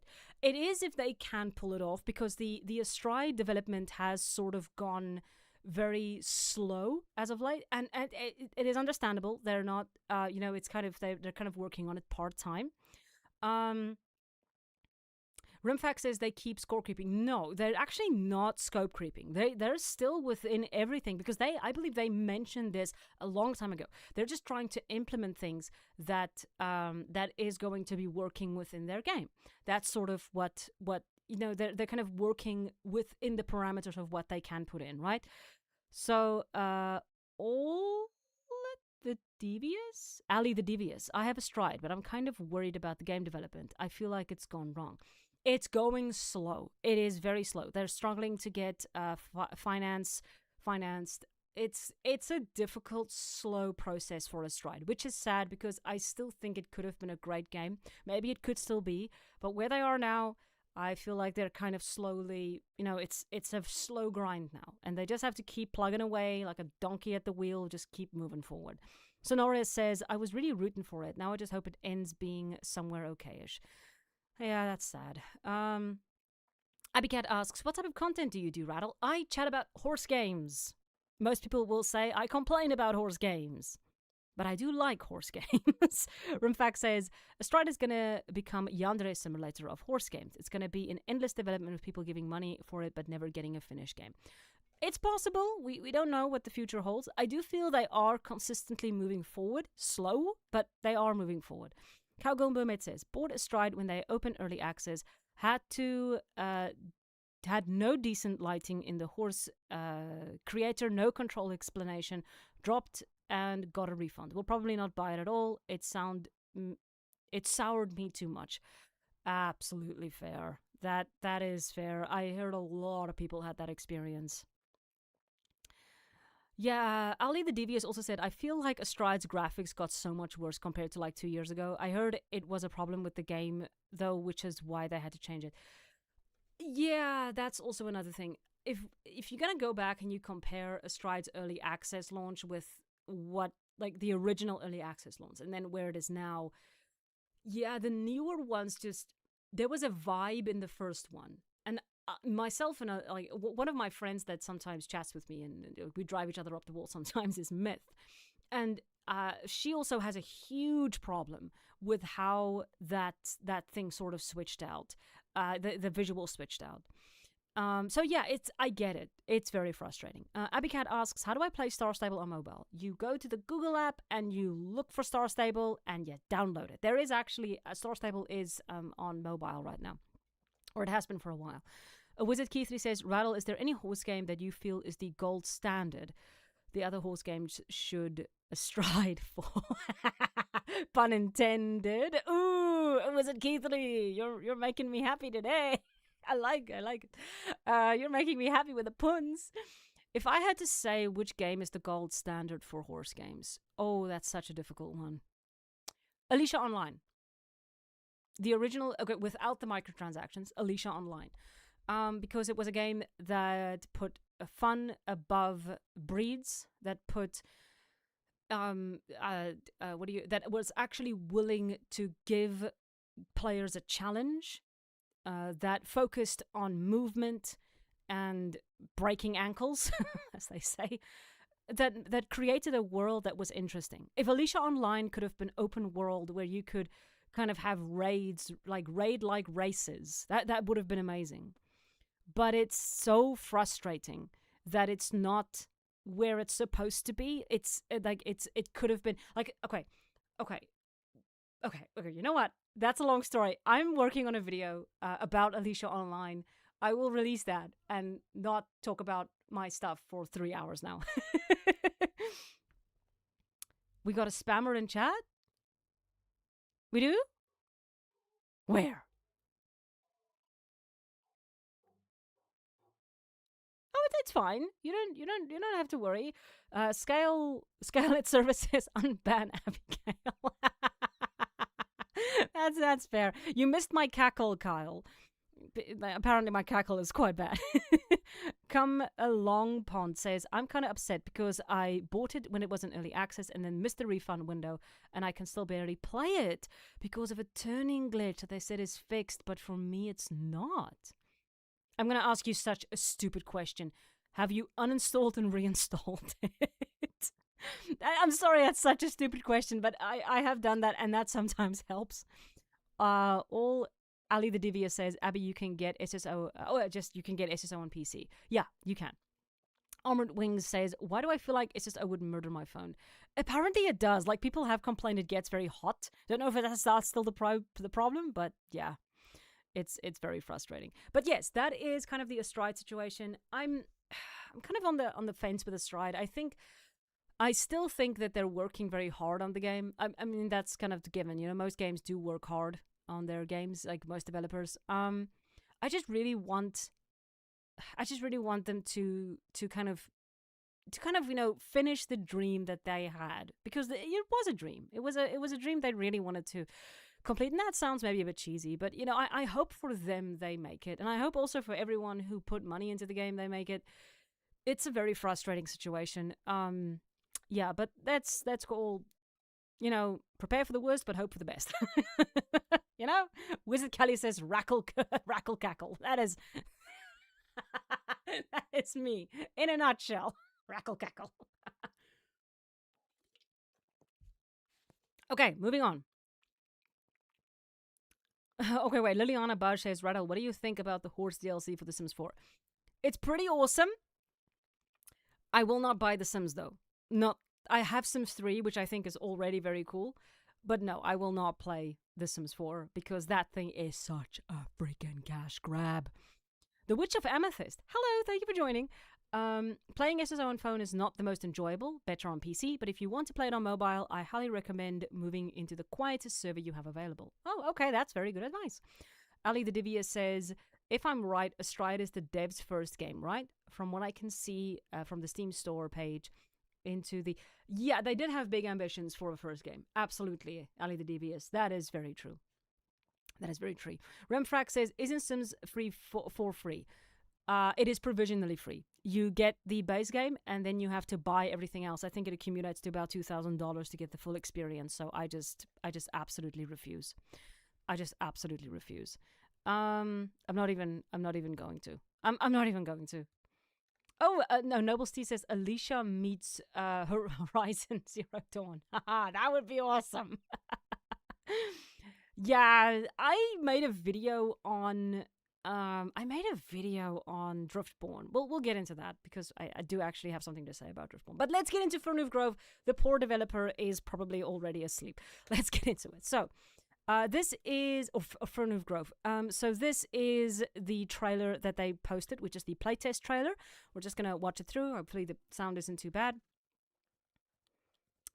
We can see some jumping. Fernhoof Riding Academy. This is already a good thing. Look at the little...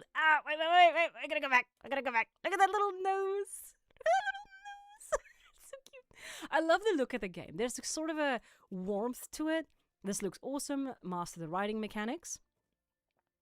So here's we say, there's a lot to learn about riding, so I hope you are ready for an information-packed lesson.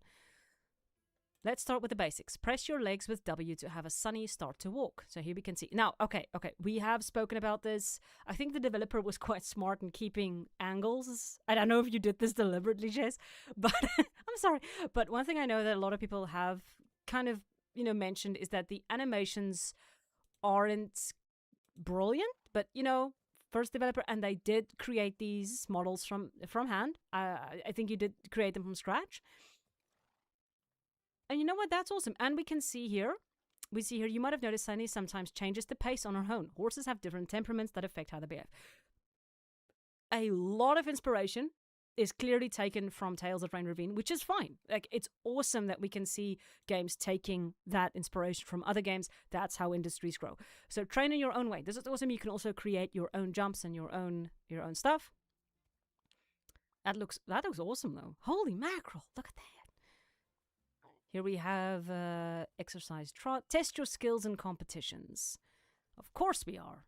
It looks good. I don't know if Jessica's still here, but Jessie is still here, but it looks so good. Though I do have a task. Ooh, we have tasks. I do have a task for you to work on. It would be great to put what we've practiced into action and raise Velvet's skills. That's so cute.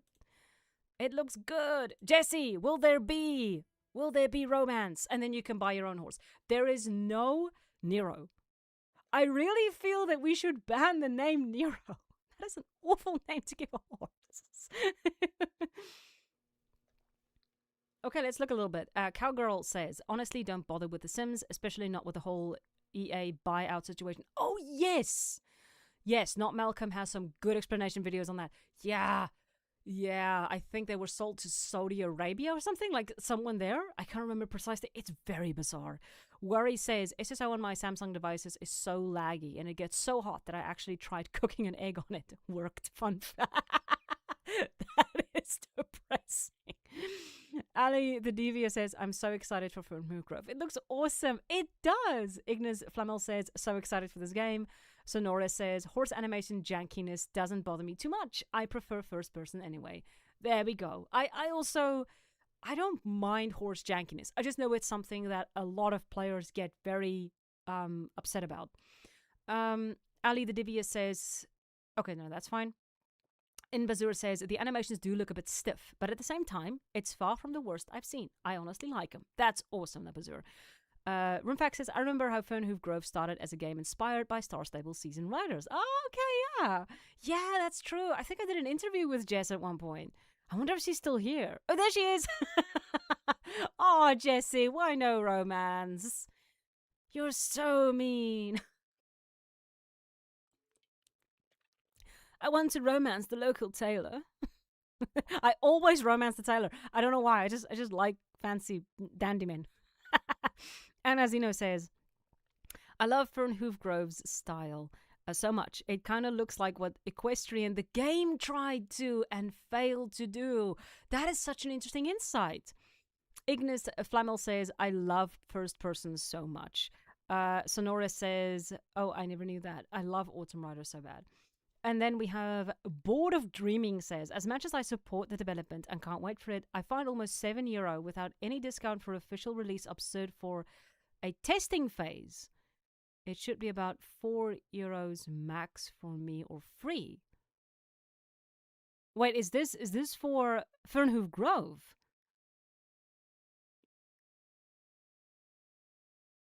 Also, please, everyone say hi to Jess. She has joined us. And we must give her love. Let us just look here. Jess, can you give us is there going... I don't know if this is Fernhoof Grove. I don't know if they're... Boop, boop, be-doo, boop. I don't see a price. Are you talking about Fernhoof Grove? Okay, so... Yay, everyone's saying hi to Jess. Okay, so... Oh, they do... Oh, that is such a cute way to say it. A Noble Steed says, they have such kind faces. I love that. They do, though. That is such a good point. They do, though. They have that softness that horses have. That's kind of so true. I never actually really noticed it. That is so true. Look at those faces. They do. They look so soft. You're going to go... Bubble. I love the name Bubble, though. Everyone is loving you, Jess. That's not bad. Okay, so Board of Dreaming feels that €7 is too much for a testing phase. It's interesting. I'm trying to run my head back now. I do get the argument. Jesse Cato, I'm gonna say something. But I'm sorry. Yay! I'm just glad everyone's being so nice to you. No. I actually do want to sort of put like something on the side of Board of Dreaming here, because this is something that does come up a lot when we discuss something like early access or anything like that. The price is fair. That's not really the thing, that the price can be fair and we can get a great game. The issue that some people do have is that we sometimes feel, and I felt this, that I sometimes have to pay I have to pay developers to play test their game. And that was never the case, where Q&A testers were paid to test games, and now we're kind of paying to test the game. I'm not saying the game's price is too high, and we might actually get a lot of value for that €7 or whatever we're going to be paying. That's perfectly fine. Like, I'm not saying that it's terrible or whatever, but you guys do understand sort of what I'm saying. It's not about the fact that we have to pay. It's the fact that people do feel that we pay to be able to playtest. I understand as well, at the exact same time, if we tip that over to the developer's side, developing costs money. So how are they supposed to keep up the game's paying for the game if there is no income coming in? That's what I would say what Patreon is for, where people have to kind of give that money to support them. But that's sort of the thing, right? They're paying to be able to play that game, and that's a perk they're getting for supporting the game. So that's the other way to see it. I just kind of do want to at least acknowledge that part, because it is something that is often discussed when early access situations come up. But with that being said, no, I don't think €7 is too expensive.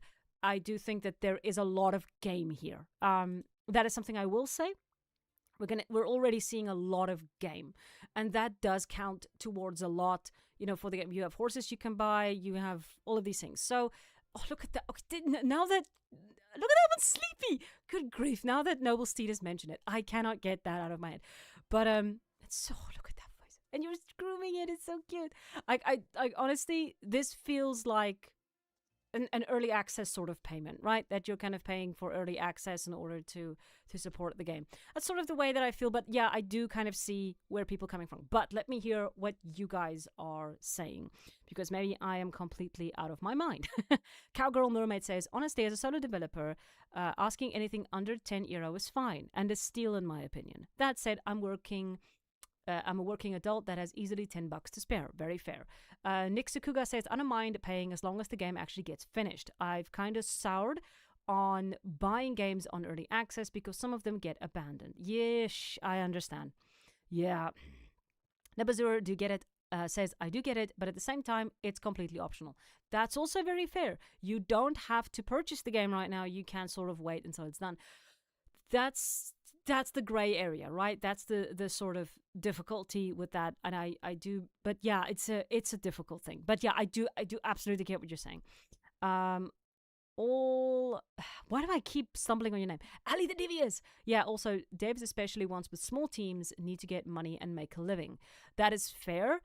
Ooh, yeah, some devs do take advantage of that. I'm not saying Jesse is. We all love Jesse. We all love Jesse. But there have been some devs who have taken advantage of that. Day of Dragons comes to mind. Wizard Keith says, hi, I'm an SDET, QA with programming at a game company. Playtesting and servers, and development and testing servers costs a shitload. That's interesting. And actually, you know what? Wizard Keith, do you feel that some developers use early access to playtest games? And do you think that is a fair way to kind of, jump around actual playtesters? How do you feel about that? Or is the skill set so different that you still need to pay for Q&A testers? Like, how do you feel about that? Interesting to hear your side of it. Rimfax says, I like how Tales of Rain Ravine did it. A free demo and a Patreon demo with extra horses and competitions. That's actually fair.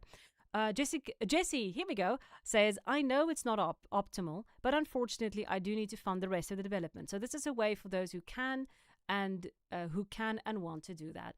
That's a very, very fair answer, and I agree with that. As Bazur earlier said, it's on the Patreon. You can sort of decide if you want to be a part of it.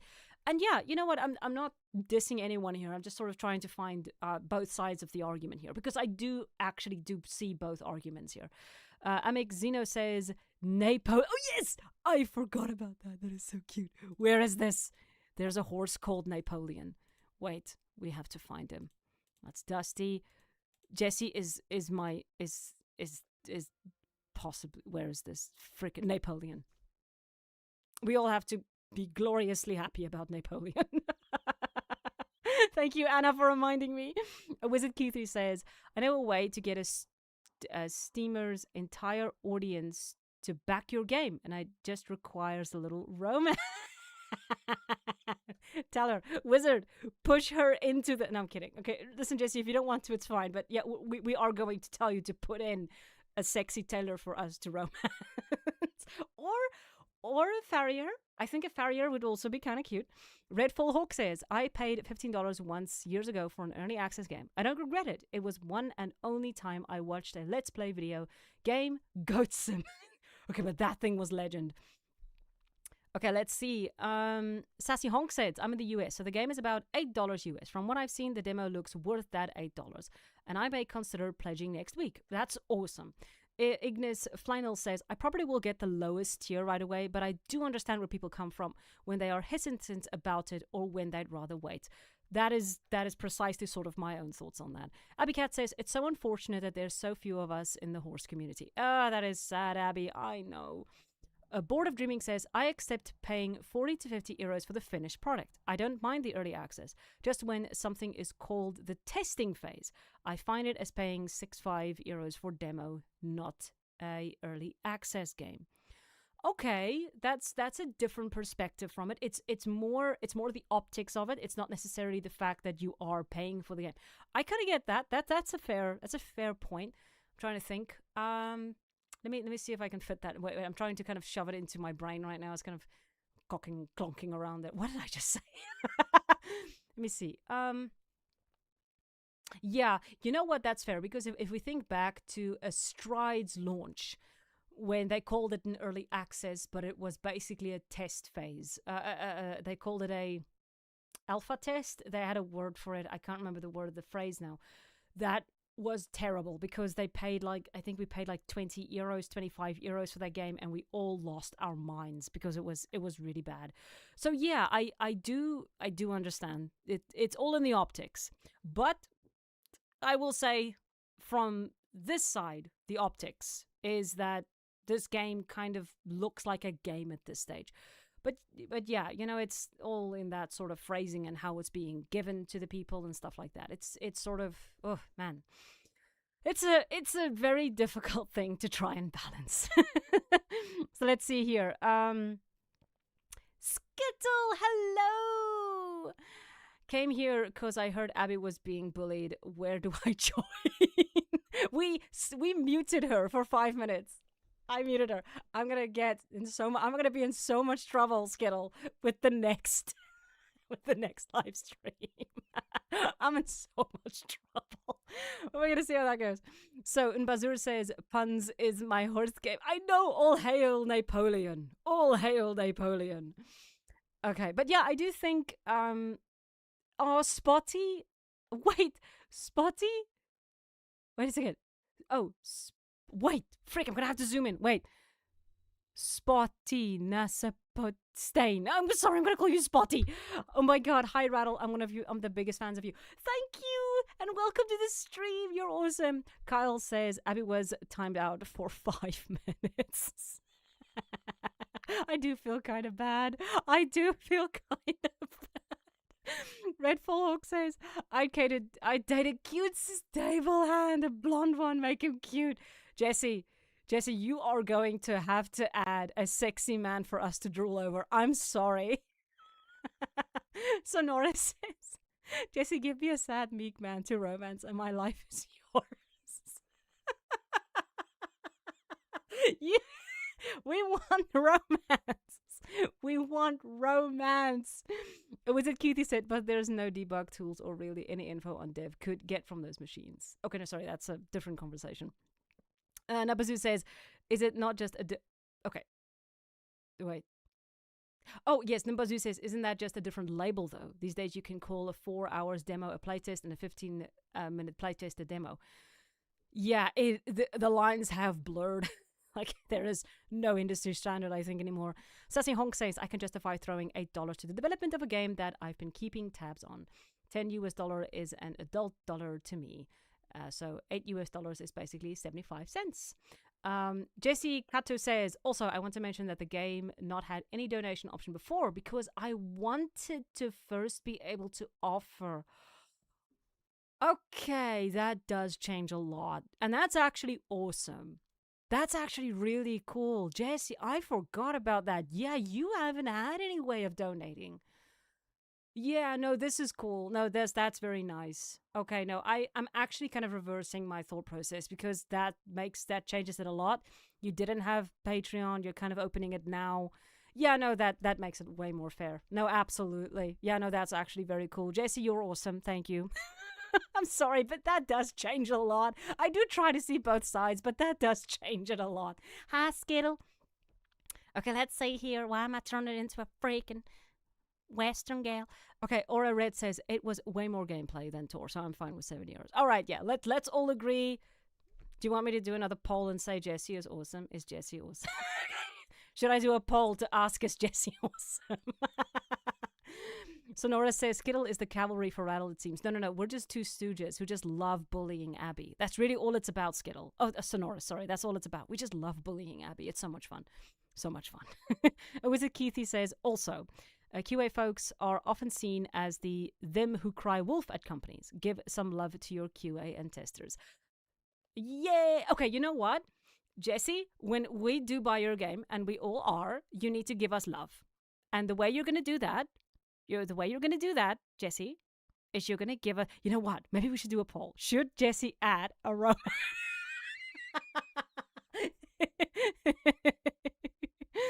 It's a... Jesse, yeah, so the way you're going to give us love, Jesse, is by adding a romance. So far you have the option. You have the option of a meek stable hand with like blondish hair and who is all shy and shit. Or you can do a bulky farrier who is all warm and gives us good cuddles. Or you can have a sassy tailor who is cold but really, really cute inside. And he just needs to come out of his shell. There are your three options, Jesse. Pick one and make us happy.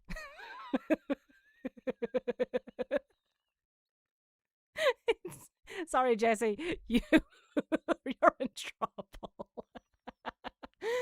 There we go. It's something to consider, Jesse. We want to dance the night away. We want to have romantic moonlight rides. There has never been a horse game with romance. I'm just saying, Jesse. There's never been a horse game with romance. Okay, good grief. We have been on this game for so long.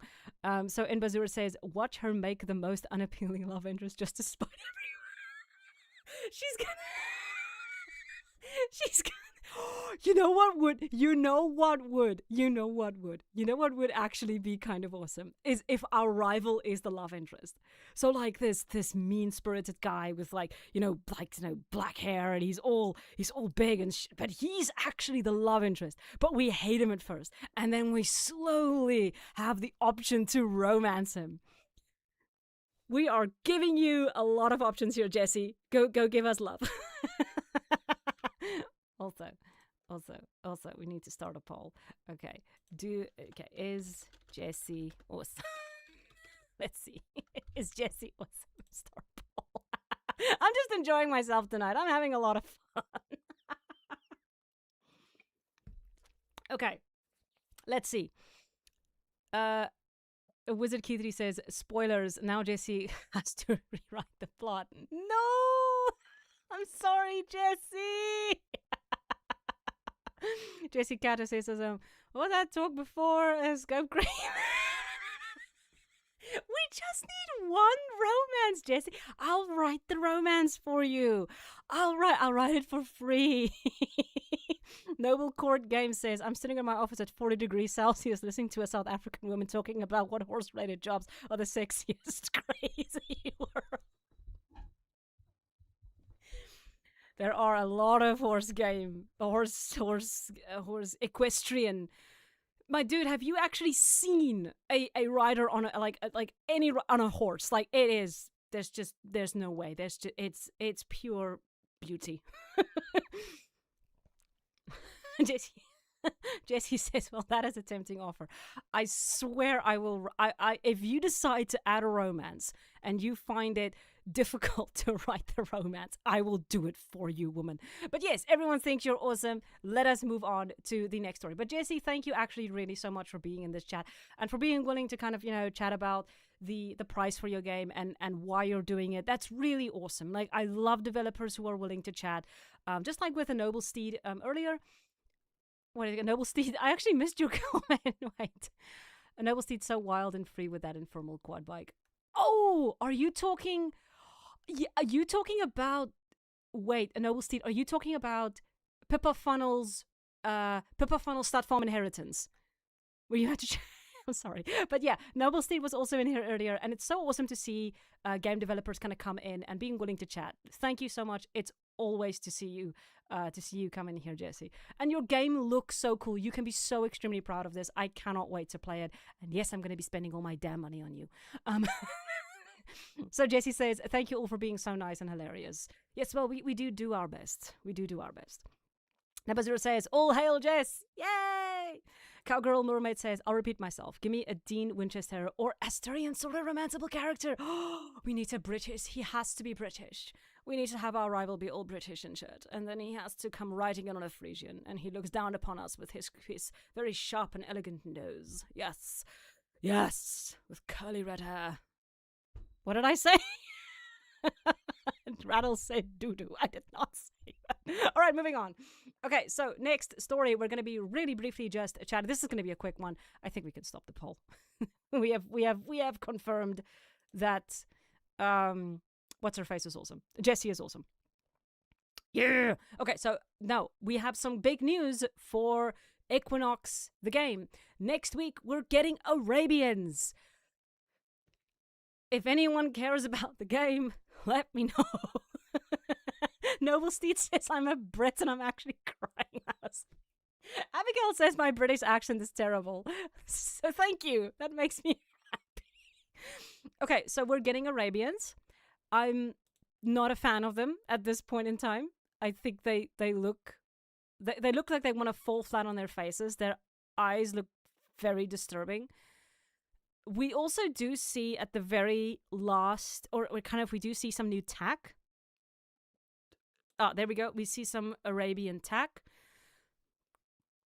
Great. That's probably going to be in the shop. How do you guys feel about it? I don't know. What do you guys think? Kyle says, Jesse just developing a game. Us, we yearn for an equestrian romance. Skittle says, oh, Arabians. I haven't played it. I'm broke. You and me both, Skittle. Sonora says, a noble steed, a fellow Brit, I see. So Nick Sakuga says, no, please no. The Equinox Arabian model is cursed. I'm going to let that run in the background. So Redfall Hawk says, let me train a clueless cute dude my age, who I then romance, and come to find out he only came to ride there because he saw our character. And what does he get to know us? And what does he get to know us? Okay, that is so cute. You guys have so many good ideas for stories. You should just throw them at Jessie. She'll find something. We will get a romance. DLC. Jessie, you can do DLC. You can do DLC. Anyway, Sonora says, shockingly not as bad as the Rival Stars model. That is, oh, I do think the model is fine. Can I be honest? I think the model is fine. I just don't like the animation. It looks, like that butt, like just going up like a seesaw. It looks so weird. Flower Power, hi, thanks for joining. Says, I like it. It's way better than the original. Okay, yeah, no, absolutely. You know what, Flower Power, very fair. The original Arabians looked cursed. Sylvia says, I think Cantor looks a bit weird. It does. Yeah, the Cantor animation isn't doing great. Cowgirl says, love that comment though. Not too overbred, but still haunted by their ancestors. Sorry. Not too overbred, but still haunted by their ancestors. I am stealing that. That is so good. Wizard Keithy says, the shading around the eyes of the Arabians are too dark and makes his eyes look huge from far away. Oh, you're right. That's what's going on. Oh, you have a great eye for this. That is so true. Like, I do know Arabians have that eye. I do know that. But yet, if you zoom in, you can see it. God, it's glossy. Ugh, I don't like the gloss. Come along, Pond. Hello, thanks for joining. Says, oh, that gate. Yeah, it's something. Aurora Red says, bad horse foundation in this game, and they add more games than this. This won't fix playability. Yeah. I don't. I have my issues with it. Like I said, I'm making a second video on it. It's difficult.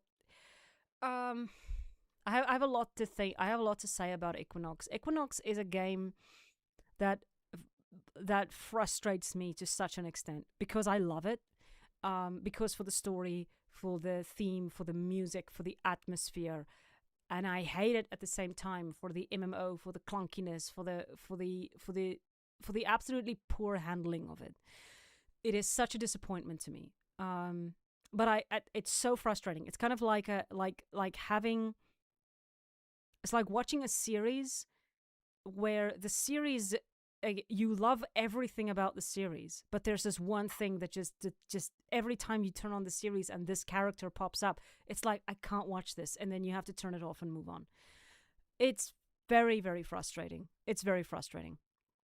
Wizard Keithley says, Rattle, my wife wants to know if you want to make a game centered around horse girl romantasy. I can do QA and game dev. I would totally want to play that. If you make a game with romance, but you have to have choices though. We have to have like the farrier and the stable hand and the rival and we have to have like diverging paths and it has to be and we have to have really pretty horses. But yeah, I would die for that. I would die for that. I will help write it. Okay, so Skittle. I'm sorry, that is so cool. Wizard Key 3, yes. So Skittle says, don't bring the tragedy that is the SSO. We're not going to talk about that. The Akal Techie was awful in SSO. Bleb says, $7 million has never looked this bad. It doesn't look good. Skittle says, the horse is very on the forehand. Otherwise, the gates are quite nicely fluid. So I recently discovered that they used Animus Pro horse pro. No, not I discovered. I'm very sorry. Flickers is, oh God, why am I so far back? Flickers is an amazing person who kind of picks up these things very quickly. They figured out that Equinox, I don't know if it was them specifically, but they did make a post about it, where they said that, this is the Animus Set Pro, which is very disappointing because, like, again, $7 million. But like I said, that'll go into the video tomorrow. But Kyle says, Wizard Keithley, honestly, that's a great idea. That is such a good idea. A Noble Steed says, I don't know if Arabians are ever even run with their heads down like that, but the rig itself seems very good. Yeah, it feels like they need to be a bit more upward. Yes, you're right. That's the problem. Arabians have an upward skeleton. If you look at a quarter horse, I once spoke about this in my video for Horsetails Emerald Valley Ranch, where I talked about the difference of skeletal structures within horses and why it's so important to know it before you start animating horses. The Arabian has a slightly upward movement. That's why they have that huge movement at the front legs. This one doesn't have that action, which is very frustrating. Cowgirl says, I think Equinox gameplay story-wise would have done better with a 67 Impala rather than horses. Would have been more interesting. Bazura says, Equinox is doing things, but like too many things at once. I wish they just focused more on the fundamentals of the game and what it actually is. The identity of the game feels a bit vague. It is so vague, and I have completely lost interest in it because there's nothing else to do in the game. It just dries up. It's so frustrating. Morium says, I want to like Equinox so bad. Me too. I'm in the exact same position. Let me see. Armored Wing says, I'm done with work. Petting the donkey for everyone on my way out. Okay, thank you. Petting donkey. We love donkeys. Donkeys are adorable, though. A Noble Steed, like the skeleton and how their rigs respond to terrain is lovely. I think inverse kinemechanics, but not sure. Yeah, that could be it. I'm not going to go into that. Skittle says, Rattle is freaking out. Rattle is okay. No, Rattle is not okay. Okay. So Sonora says, romance horse game visual novel. It is. Like, I am not kidding.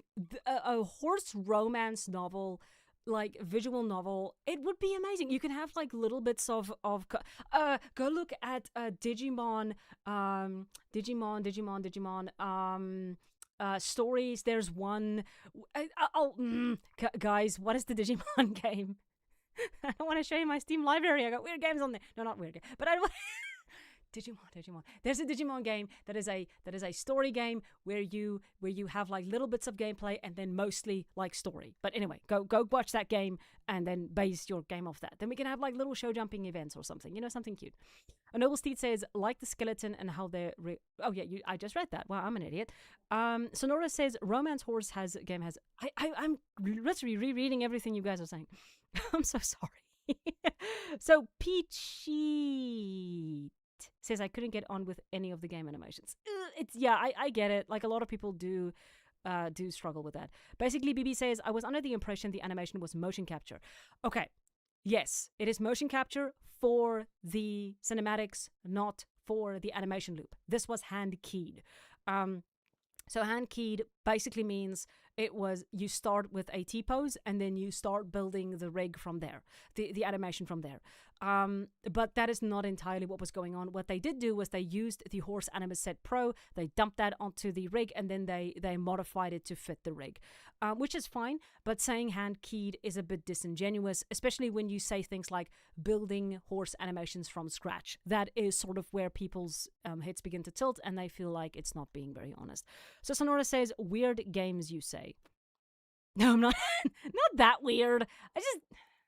I play like games like Twinsen and well, I call it Twinsen, but I play games like Little Big Adventure and Little Big Adventure 2, and I play very old games and yeah, I don't want to out myself like that. I play weird games. I play odd games. I don't think it's weird. I think it's odd games. And I play Digimon. Okay, so let us move on. So this is kind of Equinox, but let's move on to the next. I'm probably going to cut one of these. Yeah. I will chat about Horse Runner DX next week. I will do another live stream next week and I will chat about Horse Runner DX because I have a couple of other games I also want to chat about. Kyle says, at Wizard Keithley, a bit of everything, and that's why Rattle is great. What did Wizard? Wait a second. Wizard Keithley, horse games, game development, and Digimon. Best streamer on YouTube. I like dragons and dinosaurs too. No, I'm kidding. Thank you, Kyle. Thank you, Wizard. You're very sweet. Armored Wing says, I can forgive janky horse animations, but they're hard to animate. But there's still too janky. Skittle says, if you want to look at a horse model that has very similar gaits to the Arabians, look at the Self Run Save from Star Stable, though the model fits those better. Very fair. Stephanie says, the upper foreleg on those models is just too long. It looks a lot like a young, disunited horse that's unbalanced. Oh, that's fair. Okay, but let us move on. I'm just going to be chatting about Driftborn real quick, and then I'm going to be chatting about Legend of Kimori, and then my throat will be absolutely destroyed. I'm going to just take another sip of something because my throat is actually getting very dry. Do any of us know how Abby does this for 4 hours straight? Good grief. My throat is gone. Okay, so Driftborn. I recently made a video about Driftborn, which is going to be a creature racing game. Very cool, very sly, very, very slick.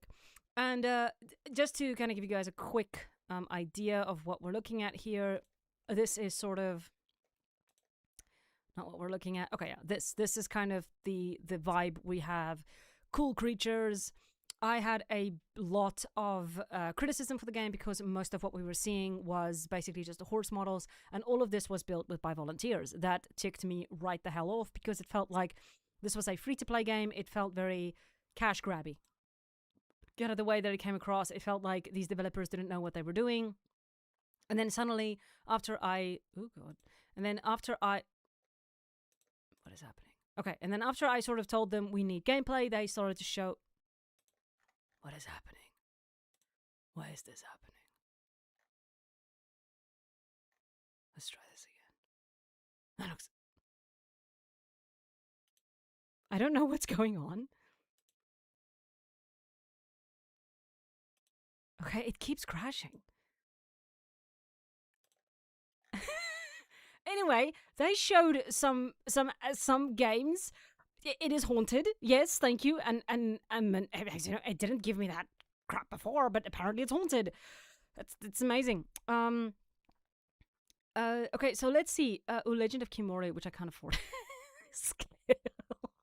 Skittle, you see, if you stopped eating for 3 days, you would be able to afford it. Like, lock in. Stop complaining, lock in, starve yourself for 3 days, and buy the things you want. Like, oh my gosh, like, get with the hustle. Armored Wings says, I play horse game and Dragon Ball Z games. Woo, we are all weird here. Sonora says, Abby actually has 15 clones to do her streams for her. They swap out every hour. I love that. We should try to see when she switches. We should try and see that. Skittle says, I read fanfiction. I think I'm weird enough for the weird club. I read fanfiction too, Skittle. I'm not going to tell you which fanfiction though, because I also write for that fanfiction, but we are not going to go into that. Okay. So let us talk. Come along, Ponce. You know what? Come along. Come along, Ponce says, uninstall and reinstall it. So for those of you who were not here at the start of the stream, Come Along Pond mentioned to me that their Stride wasn't working. And so my response was, uninstall and reinstall it. And they have the absolute freaking audacity to come back and tell me, uninstall and reinstall it. And you know what? I'm just going to say, well played, Come Along Pond. Well damn played. You deserve a medal for that, Jesus. Sonora says, just starve for horse games. Yeah, my diet is just a block of cheese so I can buy for my diet is 2-minute noodles. Skittle says, I don't think you need to know the weirdest thing I've read. Skittle, we don't need to know the weirdest thing we've read. We never need to. And Bazoor says, okay, what if they're right? No. A Wizard Keithy says, you all ever read Unhinged? No. And Come Along Pond just gives me a little analog smiley face. God damn it, I can't do anything against this person. Kyle says, now I want to know what you write, Rattle. No. Never. Never. That will never happen. I have the smartness to not share my stuff under my name. Anyway, let's go. So, as I said, I had some issues with Driftborn. It wasn't a game that I felt, it was the free-to-play model. It had a lot of issues. But they made this announcement. I'm not going to read all of this because this kind of does sum it up. But basically they say free-to-play can... Okay, so after some more internal discussion, planning and looking at the long-term risks more seriously, we've decided that full free-to-play is likely not the healthiest direction for Driftborn. Free-to-play can create a lot of understandable distrust. Even when a studio has good intentions, many players immediately associate F2P games with aggressive microtransactions, premium currency pressure, FOMO, grind walls, or pay-to-win systems. This is excluding the internal pressures to keep making new content for us as an indie team. That is not the kind of foundation we want Driftborn to be built on. Driftborn is also planned as an online multiplayer game, which means there are ongoing server and back-end costs. A small paid-based game gives us a clearer and more sustainable structure, while also making the value more honest and straightforward for players. Very fair. So they say Driftborn will be a paid indie multiplayer creature racing adventure game priced at $15. Okay, great. So they also want to be very clear. There will be no gacha, no pay to win, no paid stat advantage, no paid breeding advantage, no aggressive monetization structure, no double currency, optional DLC content later. We believe this direction is healthier for the game, clearer for players, and much more aligned with the kind of trust we want to build with the community. So that is awesome.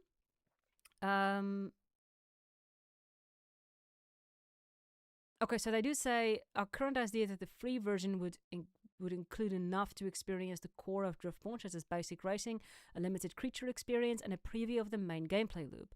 Note that these details are not set in stone yet, and once we are close enough to releasing a demo, these details will be announced subject for change. Okay, that's absolutely fair. I'm glad that they are moving away from the let me just give that a love because that is actually pretty cool. I'm very happy that they are moving away from, this. That was a truck. Mother fricking dog biscuits. It is. Where are you driving to, you son of a bitch? Anyway, so I'm very happy that they're moving away from the free to play model. But the problem that I still have is it's still too large of a scope for the game that they're, for the team that they have. They have a volunteer team. They don't have any money. And it's fine. I just feel so frustrated by the fact that, no, rewind what I just said. I am happy that they are listening to the player base. That is very awesome. I should acknowledge that, and that is very cool that they're doing that. I still don't have a lot of faith in the project for now because it's too big in scope, because it's mostly volunteers, because I just don't like the hype behind it and how many people are jumping on board to help without really understanding what they're getting themselves into. That is kind of where I am with this. I don't think that they're necessarily going to flop it. I don't think that. We don't know. I want them to succeed. I want every single game to succeed, because that is what we want to see with games. We want to see them grow and be better and be awesome and do everything great so that they can achieve what they want to achieve. It's just very difficult for me when I look at this and I think, man, you are growing. You are basically building all of this on volunteers. All of this is volunteers. And it breaks my heart when I think, what if the team breaks up? What if things go wrong? What if these people who made these things decide, I'm taking all my stuff away? There is a lot of stuff that can go wrong. And like, just be careful how, when you volunteer, don't volunteer for anything just out of the blue, just because it's popular. Like, have respect for your own work, basically, right? That's what I'm saying. But you know what? I just don't like to get pulled in by a pretty horse anymore. I think I've become too cynical. But maybe they do pull it together and they get there. I just think the scope is too big for what they're trying. Maybe it works, maybe it doesn't, but it kind of depends. What do you guys think? Do you think this game is going to be working, or what? Sonora says Rattle archive of our own account leak. When? Yeah. This energy drink is good. Skill says you don't need to know, just search up the Bungo Stray Dogs fandom and go down a loophole if you want to find out the worst thing my eyes have. You know what? No, I'm not going to do that. Sounds good. Kyle, I'll ask Abby if she knows. No, she doesn't. A wizard Keithley says, considering Rattle's rampant dyslexia, find the fanfic with the worst spelling and you found her. Most probably. Skittle says no gotcha. Oh no, Skittle. Skittle bad. Skittle. No, we don't promote gambling. Skittle, you just said you don't have money. What the fuck, Skittle? Skittle, go sit in the corner. No, go sit in the fungeon. Buzzer says, thank God they decided to switch to pay to play. I've been following Driftborn for a while and was extremely hesitant about how much they wanted to go free to play without a proper plan to make money. Absolutely. Sonora says, you ever heard of Umamasumamama? I can never pronounce that. A wizard Keithley says, Skittle, have you heard of 1,800 gambler? Skittle, I haven't in fact heard of Umamasume. However, I never really engaged since I saw a load of people getting into horse racing without knowing about the industry flow because of it. Oh, yeah. I do follow horse racing because my dad was a horse racing author. So he kind of wrote up the innings and the races and stuff for newspapers for a very long time. So that was kind of a way to connect with my dad. I still kind of keep up with it. My dad passed away last year, so I sort of do keep up with it. But no, I'm very aware of the industry and why it's such a problem. So it's kind of, I don't bet or anything along those lines. I just sort of watch it to get a little closer to my dad. But yeah, a wizard Keithley says, Skittle, have you... Okay, everyone's just kind of giving Skittle a lot of shit. Sonora says, yeah, a lot of Uma fans unfortunately defend racing. Don't do that. However, a lot of good has been done too. Some massive donations have been given to retirement farms. Okay, that is actually cool. If that is what the sort of expectancy is, that's actually pretty cool. Well, that's what's happening. That's really cool. Armored Wing says, my 24-year-old pickup is mad at me for daring to let it idle for exactly 1 minute in the summer. I have no idea what the fuck's going on. Bazura says, I really, really want Driftborn to succeed, but the folks behind it seem a bit too experienced for what they're making. It's my precise sort of feeling. And Skittle says, not the fun, Jin. Well, don't be an idiot, Skittle. Ilioiki says, oh my dear, just received a code orange from storms in my country. Hang on! Sonora says, Umama sumamema. I did that on purpose. Nixie Kuka says, I don't love horse racing in reality, but I like horse racing in games. Yeah, that's actually sort of how I feel. Skittle says, I'm definitely not against horse racing, although it's important to me that people who invest in it or watch it are aware of. Yeah, that's kind of how I feel about it. It's like I can go on for hours about the problems in horse racing, but it's just, yeah, it's sort of yeah, it's. I don't want to get into it because I get angry when I talk about horse racing. I get a mixture of passionate and angry. It's very bizarre to watch.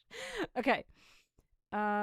Maureen says, that's so cool that you had that. Sorry about your dad. Oh, no, I'm sorry. No, it's fine. Thank you so much. All right, I should actually have made. I'm sorry. I was kind of in a thing now. But yeah, no, thank you so much. Nibazura, you're very sweet. Thank you, Maureen. Sorry. I get weird. Nuxigada says, oh, no, sorry. Nibazura says, yeah, new Umafangs kind of flooded. Okay, look, people said I can't spell. It's F-L-U-U-D-E-D. Flooded. I'm kidding. The horse racing scene. But they're generally very unaware of how the industry is. Let's see. Okay, so Sonora says retirement farms. Dojo's retirement farm got an insane donation a bit ago. I think it was like 10 million yen. Over the goal. Hot diggity damn. Now that's awesome. Yeah, Maureen says it's a complex conversation. That is very true. It is a complex conversation. Skittle says most Uma fans look at the in real life horses and go, oh, cute, spicy horses, while not knowing anything about horses. Yeah. Yeah. Yeah. It's like when you've watched horse racing for a long time, you're like, I kind of want to tell a story, but I don't want to tell the story because it is going to upset a lot of viewers. So, I mean, I'm rather not going to tell the story. It was a very upsetting thing that happened here in South Africa in one of our biggest races. I think it was the July, but I'm not going to go into it. But the thing is, if you've watched enough horse racing, you would have seen a horse get hurt, and you might have seen worse. And it's something that just goes with that sport. So, and it's shocking to people when they see these types of things. It's very shocking. But yeah, I'm always kind of, I only watch the big races because, it keeps you a bit safer. Okay, Skittle says, I still think the Driftborn horses are warrior cat fans with dream. That is... I'm going to be honest, I've never liked the claws on the horse. Just to kind of round this one off, I've never liked these claws on the horses. Oh, yes, that was something else that people got miffed about, is they used AI for this. Well, not the model, of course, but you'll see the AI blurring here. There, it's like AI blurring. There, you can see it. People were pretty miffed about this. I don't know if anyone mentions it here, but yeah. Yeah, someone did mention it and they did show it, but yeah, this was an AI thing and people were pretty mad about it. But I don't think they've done that again yet. Like it was, but yeah, people were just pretty ticked off about it. Yeah, the claws, I'm not feeling the claws. They feel so worthless on the animal. Like, why are they there? It's like, when you create biology or you're creating creatures, you have to kind of think about the biology. And my question always when I look at those claws is, what is their purpose? Why does this horse have claws when it has a hoof it can kick you with?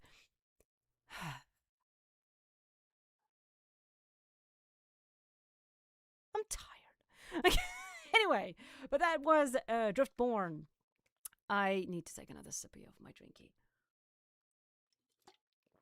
I should actually stop drinking energy drinks because I'm not going to be able to sleep tonight. So I'm going to put this one to the side. Or else I might actually be lying awake until 1 o'clock in the morning.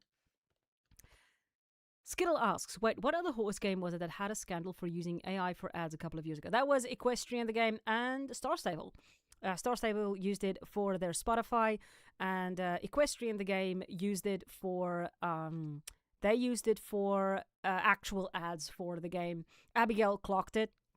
We did a video about it. You can go and watch it. We did it together. It was really depressing. But okay, we're going to be chatting about the final story for the day, which is going to be Legend of Kimore. I don't know how to pronounce it. Kimore. I don't know. It's that one. Yeah, so Legend of Kimore, historical game, supposed to be, 13th century Mongolia, by their own admission. And right before this stream, I came across something that confused the living hell out of me. So we're going to get into that.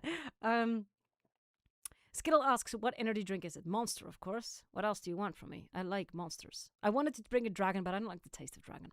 And Bazur asks, it would make more sense if there were more spiky parts on the horse, but with the claws only being on the horse. No, the thing, yeah, you're right. The more spikiness would help, but I love dinosaurs. We kind of spoke about this earlier. So, okay, well, I've mentioned it. But I love dinosaurs. And if you, okay, one of my favorite things about dinosaurs is how paleontologists figure out how certain things were used within dinosaurs. So, for example, there is a current argument going around with the Pachycephalosaurus, which is known as the bone-headed lizard, quite literally. And you would know it, most of you might know it as the sticky moloch from Jurassic Park, but that's also one species of Pachycephalosaurid, right? So they have those dome heads where they kind of ram each other left and right. And what's very interesting is that they, yeah, I've been yapping for a while. I'm sorry. What monster flavor? It is Ryu Punch. I just like the color. No, my sister bought me that one actually. But anyway, so when you look at the when you look at the Pachycephalosaurus, it has this huge bone structure on its head, and it's thick. It's like I think it's like I'm gonna lie, it's like 10 inches, I think. And then they could ram each other together. But now paleontologists have like this huge argument over whether that was really used to ram, or whether it was just used as a sort of decorative thing, because inside the cone of that dome, it's quite soft. It's very brittle, or at least that's what they think. And then if you look at the spine, it sort of straightens. It can go actually perfectly straight, which would support like ramming into each other like a muskox would, right? Because the muskox also has that dome shape. Anyway, so what I find very interesting is when you look at animal biology, you will actually, specifically dinosaurs, you will see why certain things kind of function the way they do. So when I look at that creature, I'm just asking, why does it have the claws? And I just went on a rant about Pachycephalosaurus. I'm sorry. and now we're talking about centaurs. Okay, I need to stop going on random tangents. Oh, Francisco Garcia. Hi, thank you for joining. I am yapping about dinosaurs. Nixakuga says Monster Mango Loco is the best. Okay. Yes, I've been chatting for my throat is gone. Queensy Hope says I'm angry at YouTube now. It didn't notify me yet. Well, I still have to chat about Legend of Kimore, and that might actually be a long one. No, I'm kidding. Skittle, I'm yearning for the Ultra Peach. I'm sitting here talking about dinos, and no one is talking about my dinos. Everyone's talking about monsters. I'm going to kick your asses. You're all banned. You won't be banned, I'm sorry. I'm yearning for Ultra Peach. What we need is a centaur game. Raphaeus. Oh my gosh. The guy who wanted to make the who are you? Where are you? You beautiful person. Make a romance. No, don't make a romance centaur game. That would be weird. But yeah, no, a centaur game would actually be really freaking cool.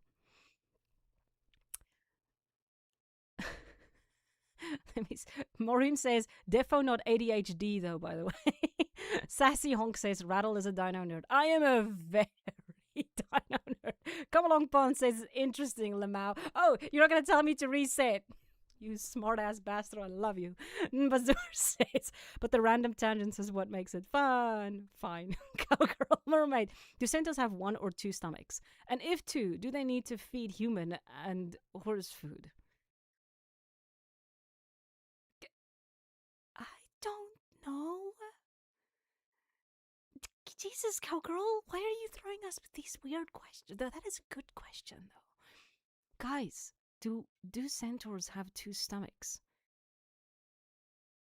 And do they feed human and horse food? I do know within Greek mythology, centaurs were drunkards.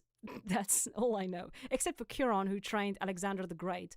But most of Chiron, I don't know if it's Chiron or Chiron, but like he became the Sagittarius that most of you are under. But so all the cool people are under. Ruffiest says Cowgirl Mermaid, in my opinion, one bigger one. Oh no, a Wizard Keith said nope, it's a centaur romantasy game. No, I want to romance my rival. It would be so interesting though if we could have like a centaur game where we're doing show jumping as a centaur and dressage as a centaur. And then you have all the centaur mares women who are like bitching at each other because it's like, oh my gosh, my mane is like so terrible. And oh my gosh, that would be so funny. It's so funny. I love it. A Wizard Keith who says, I'm gonna need to hire artist for a hyperreal centaur. Do, like, actually now that you're talking about this, cowgirl, do centaurs, like women or mares, like, are they women or mares? Is it stallions or men? Like, what do you call it? But also, like mare foals, do they drink? Like, you need the like the mammalia is based on the on the breasts. So do the on the teats. So does the foal or the baby drink from the top or the bottom teats? What am I saying? Wizard Keith says your rival is a centaur too. You know what? Actually, no, that would be weird. I wanted to say make us the human and then everyone's centaurs, but that would be so freaking weird. Sonora says horses are opportunistic omnivores, I believe. They could eat a chicken nugget. Do they eat horse though? Or do they eat human? That would be interesting. And if they eat either, are they cannibals? Damn, I seen Centaur so long ago. For real, why no one created game as Centaur? My cat is knocking my microphone because she wants to demand cuddles. Are you gonna meow?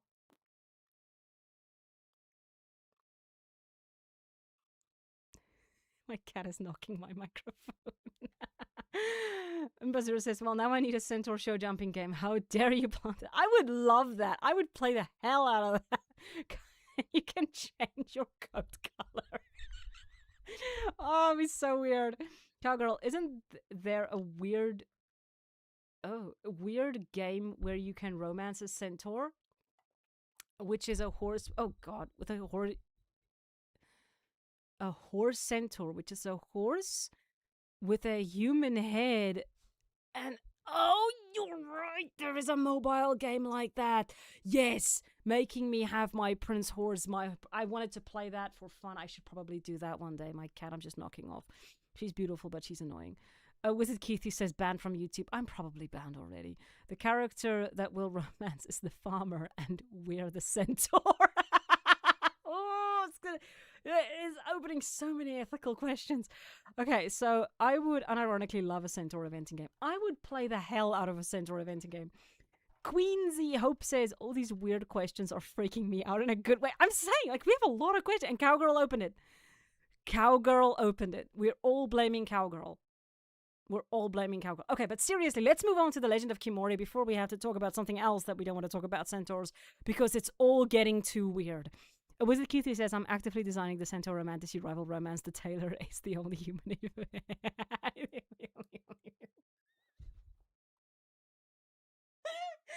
Oh, that's gonna be one of the... That poor man, I'm gonna traumatize him. I'm just gonna trot up to his... I'm just gonna trot up to his tailor shop and I'm gonna be like, can you make me a blanket? I need some ribbons for my mane. And he's just gonna be traumatized for life. That's it, the poor man. Anyway, let's get into the Legend of Kimore. So there is a YouTuber. So Legend of Kimori is a game being developed by SR Interactive 19 Games, and the publisher is Mindscape, and it is an open world game set within 13th century Mongolia. Do not think we are ever in the history of this game ever going to see Genghis Khan. This game is not focused on history, as we will see very quickly. So, Come Along Pond says we finally get horse games with horseback archery. Yes, I do. The horseback archery is okay-ish in this game. It kind of goes into a slow motion thing.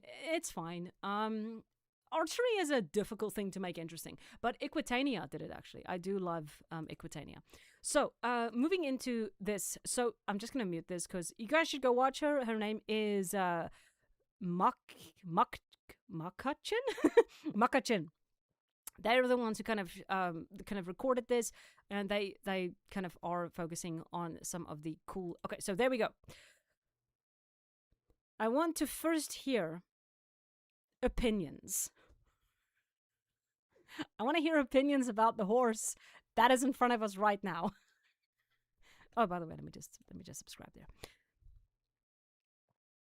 Okay, wait, let me see. You guys are being weird.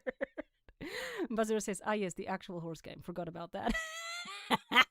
Wizard Kelly says, your AO3 fanfics have a lot more content ready to be read. Or do you understand? Raphael says, that is actually the only way to make a centaur game work well. It has to take itself serious because the centaurs themselves would find themselves weird. Won't find themselves weird. Yes. Cowgirl Burma says, trot up to the beefy horsesmith. Hey, stud, care to make me some boots made for walking? Play it right now and they might walk all over you. And the poor man is just standing there sweating. He's like, oh God, I'm going to die. I'm about to get trampled. So, Amadik says, prize the pig. Sonora says, oh Lord. Skittles says, the only thing that's putting me off getting Legend of Kimori is the fact that it's not multiplayer. I think that'd open up a lot more. That's actually the only reason I do like it, Skittles, because it's not multiplayer. You and me be on far... Ooh, fuck, I knocked the mic again. You and me be on far edges of the world here, but it's fine. Nabazura says, I remember seeing that. Creature own reels. Bebo Bree says, good lord. Raphael says, what the fuck is wrong with that horse? Red Fallhawk says, what did you do to that rubber tire? Morif says, thyroid disease has entered the chat. Nabazura says, oh lord, he coming. Ryunu is what Come Along Pond says, damn. Oh, Rhino, that's what Come Along Pond said. Bebo Bree says, damn Rhino on my screen. Skittle says, does this horse have PS? Raphael, I know Mongolia horses are shorter, smaller, but what the fuck? That, my good friend, is a Briton mix. That is a Briton mix. They have added Britons to the game. Bretons, Bretons. I do not know how to pronounce the word, but we are going to go with Britain. The thing is, you know what? Let's play a little bit of this. A little bit. Let's play a little because I want to get her reaction. Their reaction. Whatever. We're really spiraling down a weird. To finally. Wait, I did not skip it. And now we have two of them. So hopefully one of them is okay. Maybe we'll see. Let's see. Change. Holy Lord, they're thick! Holy Lord, they're thick! I hope you guys could hear that. That's so good. What did Skittle say? Skittle is always being weird. Why did you turn into Gru? Wait! In a weird sense, we are. Skittle says it looks inbred. Nixie says, honestly, I think the model looks fine. Looking up pictures of real Britons, my only knowledge of them in REO2, the model is actually fairly accurate. Are they? Let's go look at the Briton. This is the Briton. Oh boy, let me just go back. This is the Briton. I'm going to explain to you what the problem is in a bit. This is the Briton. This is the Briton. Right. The problem that we have, Britons are not supposed to be really big. This is the Briton. This is the Briton. I want to. Okay, that's a cross to be fair, but yeah. So we're gonna get into some very angry ranting in a bit. Okay, so let's. Yeah, that Fergana model looks like a cartoon. It's weird. I'm not. I don't want to diss the game too bad. this is I believe this is a Mongolian Briton mix, but it's not looking great. Now the problem that I have with all of this, okay, for one thing, the Briton is extremely big, right? They made it very big, and here's the issue that I have with this game in general. Someone in the Discord mentioned that they are sort of. I'm just gonna mute, and then we can just sort of like watch that in the background. But please go and subscribe to Makachin if you haven't. Like they do these horse games and stuff. They do live streams of Legend of Kimori as well, and they're one of the beta testers, so they do get kind of a lot of the earlier stuff in the game. So yeah, be sure to give them a watch if you want to. There we go. There we can see the size. Let me just hear this. It's. Oh my god. They're very big. The thing. Rattle said doo doo. What the buck does that mean? What am I saying? I feel like I'm going insane. Anyway, so the problem is these horses are very big. What is very interesting about horses in this time, they were not big. Horses tended to go around between 14 to 15 hands. That's kind of the way horses were bred in that time. And the reason why is, like, they just didn't have a need for big horses.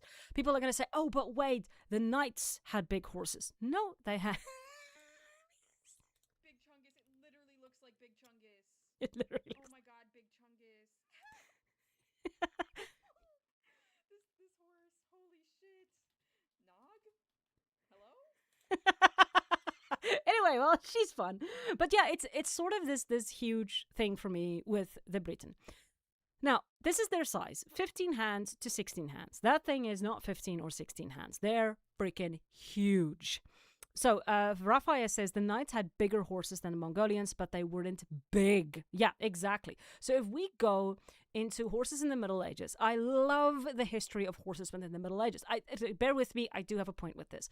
So horses were kind of split up into different types of types. You didn't have breeds, you had types. So you had the courser, you had the roundsie. You had chargers and palfreys, as they were also called, but you also had the destriers, or the destriers, which were, let me just find that, destrier. Here we go. All right, there we are. You have the destriers, which were, as they say here, renowned and admired for its capabilities in war. It was well trained and was required to be strong, fast, and agile. A 14th century writer described them as tall and majestic and with great strength. In contemporary sources, the destrier was frequently referred to as the great horse because of its size and reputation. Being a subjective term, it gives no firm information about its actual height or weight. But since the average horse of the time was 12 to 14 hands, a great horse by medieval standards might appear small to modern eyes. That's sort of my problem that I have with the Legend of Kimori. The thing is, they made this huge thing. We're going to be set in 300. I'm just going to let that play in the background. We're gonna have this huge thing of 1300s Mongolia. We're gonna have this huge thing, and it's gonna be cool. And then when they suddenly they kind of pivot and they started dropping in. They had the Fergana horses, which is kind of cool because the Fergana horses were the heavenly horses, which resulted in I think it was 600 AD, 600 of 380, they had the War of the Heavenly Horses, which the Emperor of China launched because he wanted these really cool horses, which were the Fergana horses. They actually, the Fergana horses actually bled, they actually bled. They bled sweat. Oh, they sweat blood. Other way around. They sweated blood. But this was probably due to a parasite, which is known as like this one tick. But it was very interesting that they were very, very cool horses. But the point that I'm making is that they are doing this effort of putting in the Fergana horses at the same freaking time they're putting in the Breton. And the Breton is a very interesting horse because if we look here, now they're pretty old. They come from, oh my God, 4,000 years ago, while another school of thought has them descending from horses bred by Celtic warriors. So they were in like Great Britain, that sort of area. But brought to Europe during the Aryan migration from Asia over 4,000 years ago. So they are kind of, oh, this could be it. But if we look at due to its, okay, so these horses were well known because they were known as the bidet Breton. They were small due to its gaits and the fact that it only stood about 13 hands. It was nicknamed Bidet de Allure or Bidet Breton. Horses of other bloodlines brought back to Europe during the Crusades had a strong influence on the Briton, and two types subsequently developed. The Sommelier was the common, heavier type used mainly as pack horses and for farm and draft work. From the Sommelier, the Rosson was used mainly in wars and on long journeys. The Rosson's natural ambling gait made it popular in a lighter riding horse. So I'm angry. I'm angry because this game kind of sells itself as, oh, look, 1300s Mongolia, 14th century Mongolia, whatever fucking century they're dropping themselves in. But they don't take the time to do any sort of research into what these horses would have been. Here's the draft horses of the time. Like, these are, I love the history of horses. I'm fascinated by it because it's such an interesting history. If you have the time, go and read up on it. It is so interesting, especially the types of horses you got in that time. I'm sick of Kimori sort of riding on this idea that, oh, we're historical. And they don't do anything historical. It is such a waste of a theme. But am I wrong? Do you guys think I'm being overly dramatic? I'm frustrated, though. But what do you guys think? Let me see what you guys are saying. I ranted for like a good 5 minutes there. Bibo Breeze says they look like they have feathering, but it's minimal and kind of looks sickly. Oof. Skittle says it sounds more likely to have been something like an Andalusian type, around 15 hands. Yeah, they were small. And Noble Steve says, I think the general human populations were shorter as well. You're absolutely right, Noble Steve. People were shorter in that time. Raphael says, as said, they need to be agile. While draft work farm horses were usually bigger and stronger but slower. But not that big. They were still small horses. Cowgirl Mermaid says, oh no, they're falling into the more breed trap. And they are. That is something else that someone mentioned in the Discord. They said, yeah, those were the horses that sweat blood sonorous. That was the Forganas. But the thing is that when you go into the Discord, you'll see that people are like, oh, you guys are falling into the trap of just adding more horses. And I'm like, yes, that is so frustrating. And why add the Briton? Like, I know, okay, they're saying here it was in Asia over 4,000 years ago. But call it the bidet Briton. Or because that's what they were called in the Middle Ages, was the bidet Breton. Just... I'm getting so angry because it's kind of like just slapping a breed there. Am I nuts? I'm just... I'm sorry. I like history nerd getting angry over history stuff, and I get it, but man, it's frustrating. So Aura Red says, we have... Oh, I'm going to try and pronounce that. Zeimachu horses. Okay. They are small but very sturdy. Also as Mongolian ones. And Zeimachu, I hope I'm pronouncing that correctly, horses were used in wars as cavalry horses and large Zeimachu for heavier equipment to pull. That's awesome. So Yuka says, if they give us draft horses, they have to give us an incentive to actually use them for what they're meant to be used for. Yeah, that would be so cool. Like if they had some reason to be there, because no one would ride a draft horse. That's the other thing. As a courier, why did they add a draft horse? They could have added the weirdest thing for me is they could have added the Arabian. The Arabian is over 4,000 years old and it connected to Europe.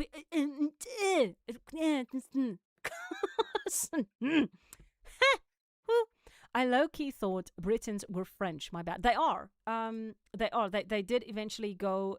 Here we go. Bidet or bidet. They did. Here we go. They did eventually like kind of become like focused on Britain, but their origin point. So you're not wrong. They're what you know today as the Breton is a French horse. What ancient people would have known as the Breton or history would have known the Breton as is not a French horse. It would have been or a horse from France. It would have been a horse. I think even France existed 4,000 years ago. But it would have been a horse from Asia, or whatever the hell they called it back then. Maureen says, no, you are totally valid and I like the game. Thank you, Maureen. And Come Along Pond says, no, you aren't. Thank you. I love you. But Nick Sukuga says, I do remember them saying a while ago that they weren't going to regularly rigidly stick to historical accuracy, but I do think they need to rework the scanning for the horses. My frustration is then why set it in one of the most important historical settings for Mongolia. The 13th century is the most important. Is it 12 or 13? Is it 1300s? Now I can't remember. When did Genghis Khan kick everyone's ass? No, I can't even. I'm so angry. I can't even remember. Genghis Khan. I can't remember how to spell Genghis Khan. Oh, I'm being so. There we go. Genghis. I put in an extra J. I put in an extra. Oh yeah, 1200. Sorry, 13th century. Yes, I am correct. It is the 13th century. He was an angry man for a very long time, but he was a pretty cool. He did very interesting things, very interesting history. But yeah, the thing is that, like, why put it like right in that time where it's so important, where the Yamsis. I'm just getting worked up again. I'm sorry. I'm gonna shut up. I'm gonna shut up. I'm getting worked up. A wizard Keith says, "Rage rattle, rage against the horse." It's stupid, I know, but they sold it as a historical game. I'm angry. So Wizard Keith says, rattle. Not inaccurate. Sorry, I'm sort of popping all your things now. Raphael says, I'm a dragon nerd who got angry with a language nerd. That's fair. Unbazar says, oh god, my brain is fried from the heat. Ignore the typos. Unbazar, what happened? Are you okay? They took a thing, hasn't really been done before, and instead of actually utilizing it like they said they would, it feels like they keep repeating it. Exactly. It feels like a horse game wrapped up in Mongolian skin. It doesn't feel like a game that is embracing its historical stories. Abigail says, I see Rattles imparting wisdom upon the chat. No, well, yeah. And hi, Abby, welcome back. I will never mute you again. I'm very sorry. I feel very bad about that. But anyway, no, but it is kind of that thing. I'm ranting because I'm angry, and I want to see. I want it so badly for this game to be something more than just a bunch of freaking. Okay, if we strip Kimori down to its basis, if we strip it down, we take all the Mongolian stuff out, we look at it what it is. Literally what this game is, a bunch of horses. It has horse breeds, horse breeding, riding from point A to point B. That is the game. That is every single horse game being developed right now. And obviously it has more than that. I'm not saying that there isn't anything else here. Obviously not. Like, there is more to it. But if we strip it down to its basics, that's what it is, right?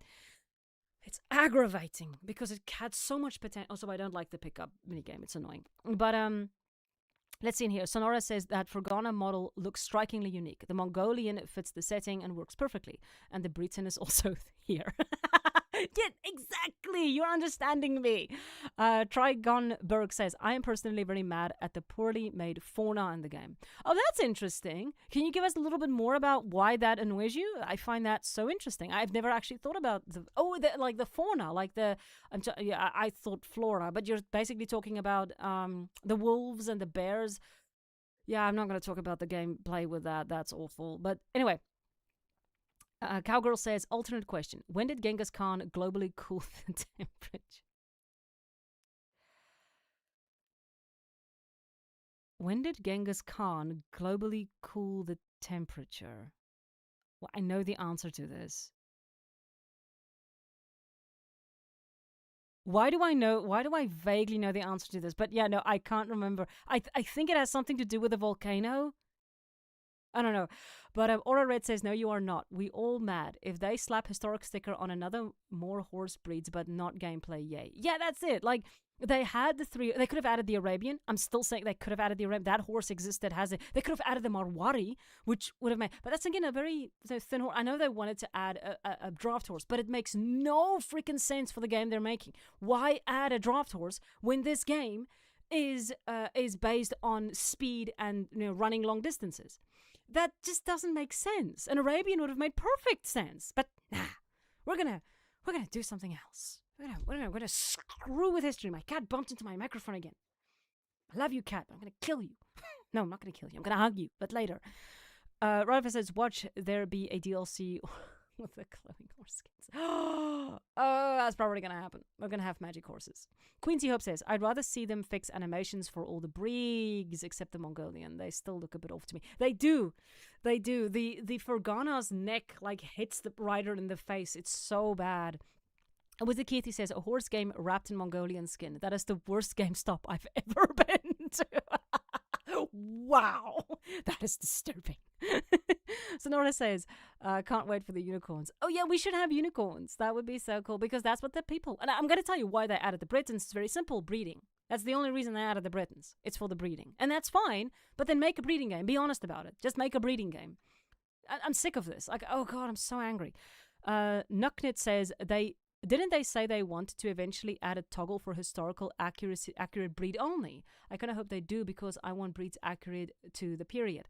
Yeah, but okay. Then what is the point of this game if you are just basically toggling everything on and off to give you the game that you want? What is the identity of this game?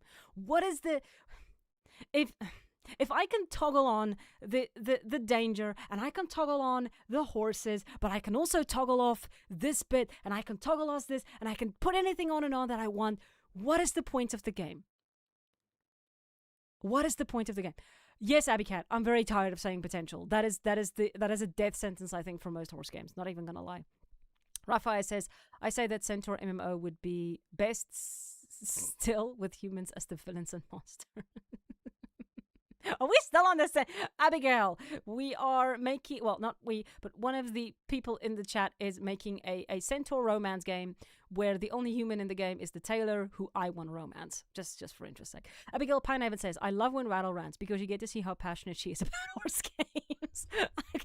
Maybe a little too passionate according to, because I can bet you, if anyone who doesn't agree with me hears this, they're going to be, Rattle doesn't understand horse games. Sorry, it's so exhausting. I love horse games. Yes, thank you, Abby. But Abby Cat says facts. Thank you. But Trigon Burke says Mongolia has unique fauna with gazelles, camels, cranes, ibex. And here we get freaking basic wolf, bears, snakes, and birds that look so generic without even mentioning their behavior. There we have it again. It's like they wrapped the Mongolian skin around a horse game. And they didn't bother to actually put any further depth into this game for Mongolia other than the title. I'm broken. I'm so sad. Yeah, Sonoris, the Marwari is an exceptionally old breed, and it's separate from the Arabian, which I also find very interesting. They did a genetic sort of test with it. A lot of people thought that the Marwari was descended from the Arabian, but no, they are their own breed, and yeah, it's very interesting if you go into the history of the Marwari. If you want to read about a very cool Marwari horse, go read up on Chetak, who was the blue horse. I think it was Ramapatrap. I might be butchering his name. He was Prince Ramapatrap. I think I'm getting his name wrong. But go read up on the Blue Stallion Chetak. Very, very cool story if you want to learn a little bit more about just how awesome the Marwari breeds are. Cowgirl Mermaid says, Rattle, remember when we thought up that Pony Express game? I had so hoped Kimori would be sort of, I remember that, Cowgirl. I think a Pony Express game would be awesome. If you want to kind of get a taste for that, though, go play Gun. It is on Steam. It's an old game, cowboy game. I think Red Dead Redemption took a lot of inspiration from that game, but it does have some kind of Pony Express vibe, and it's awesome. Sassy Honk says, they should have added one of the breeds that founded the modern thoroughbred. Yeah, that would be the Turkomon. I think they have the Turkomon in there. That was the Turkomon and the Arabian. Those were the two, or the desert horse back then. They weren't called Arabians, I think, back then. They had a different name. But Raphael says, if the draft horse was your first horse that you grew up with, the horse doing heavy cargo tasks and all that, then it makes sense, but not as an option for your task. Yeah. Skittle says, shout out false marketing. I know. Wizard Kelly Kethry says, just make a breeding game. I'm sick. Just make a breeding game. I'm sick of this. But it's true, though. Okay, yeah, that is true. Muknit says, yeah, I get what you mean there. I would rather see them focus on the historical angle and not add toggles upon toggles. But I still do that toggle if they insist on modern breeds. Yeah, no. Just want to be just want to be clear, Nuknet. Yes, but the thing that I feel is that they're not committing to anything. They're not committing to combat. They're not committing to these horse breeds. They're not committing to their setting. They're not committing to anything because they are trying to make a game that appeals to everyone. And when you do that, that old saying comes in, you eventually appeal to no one. And that's sort of where I think this game is heading. And it's so frustrating. God, that horse is big. Like, Abby, are you seeing the size of the Breton? Look at the size of the Breton in this game. Abby, are you seeing this? Abby, I don't know if she's seeing it. Now I have to go back. Abby! I'm annoying her now. But it's like that size of that. Like, you can use that thing for a tank. But anyway, yeah, you should check it out if you do. Noble Steed says, yeah, that sounds great. Exactly, like, yeah. But Raphael says, Mountain Blade has a better horse system than Mountain Blade is a beautiful game. I played Mountain Blade Warband. Crazy. That game was amazing. I had an entire country. I destroyed I destroyed the Kirgits. I destroyed the V ones on the green ones.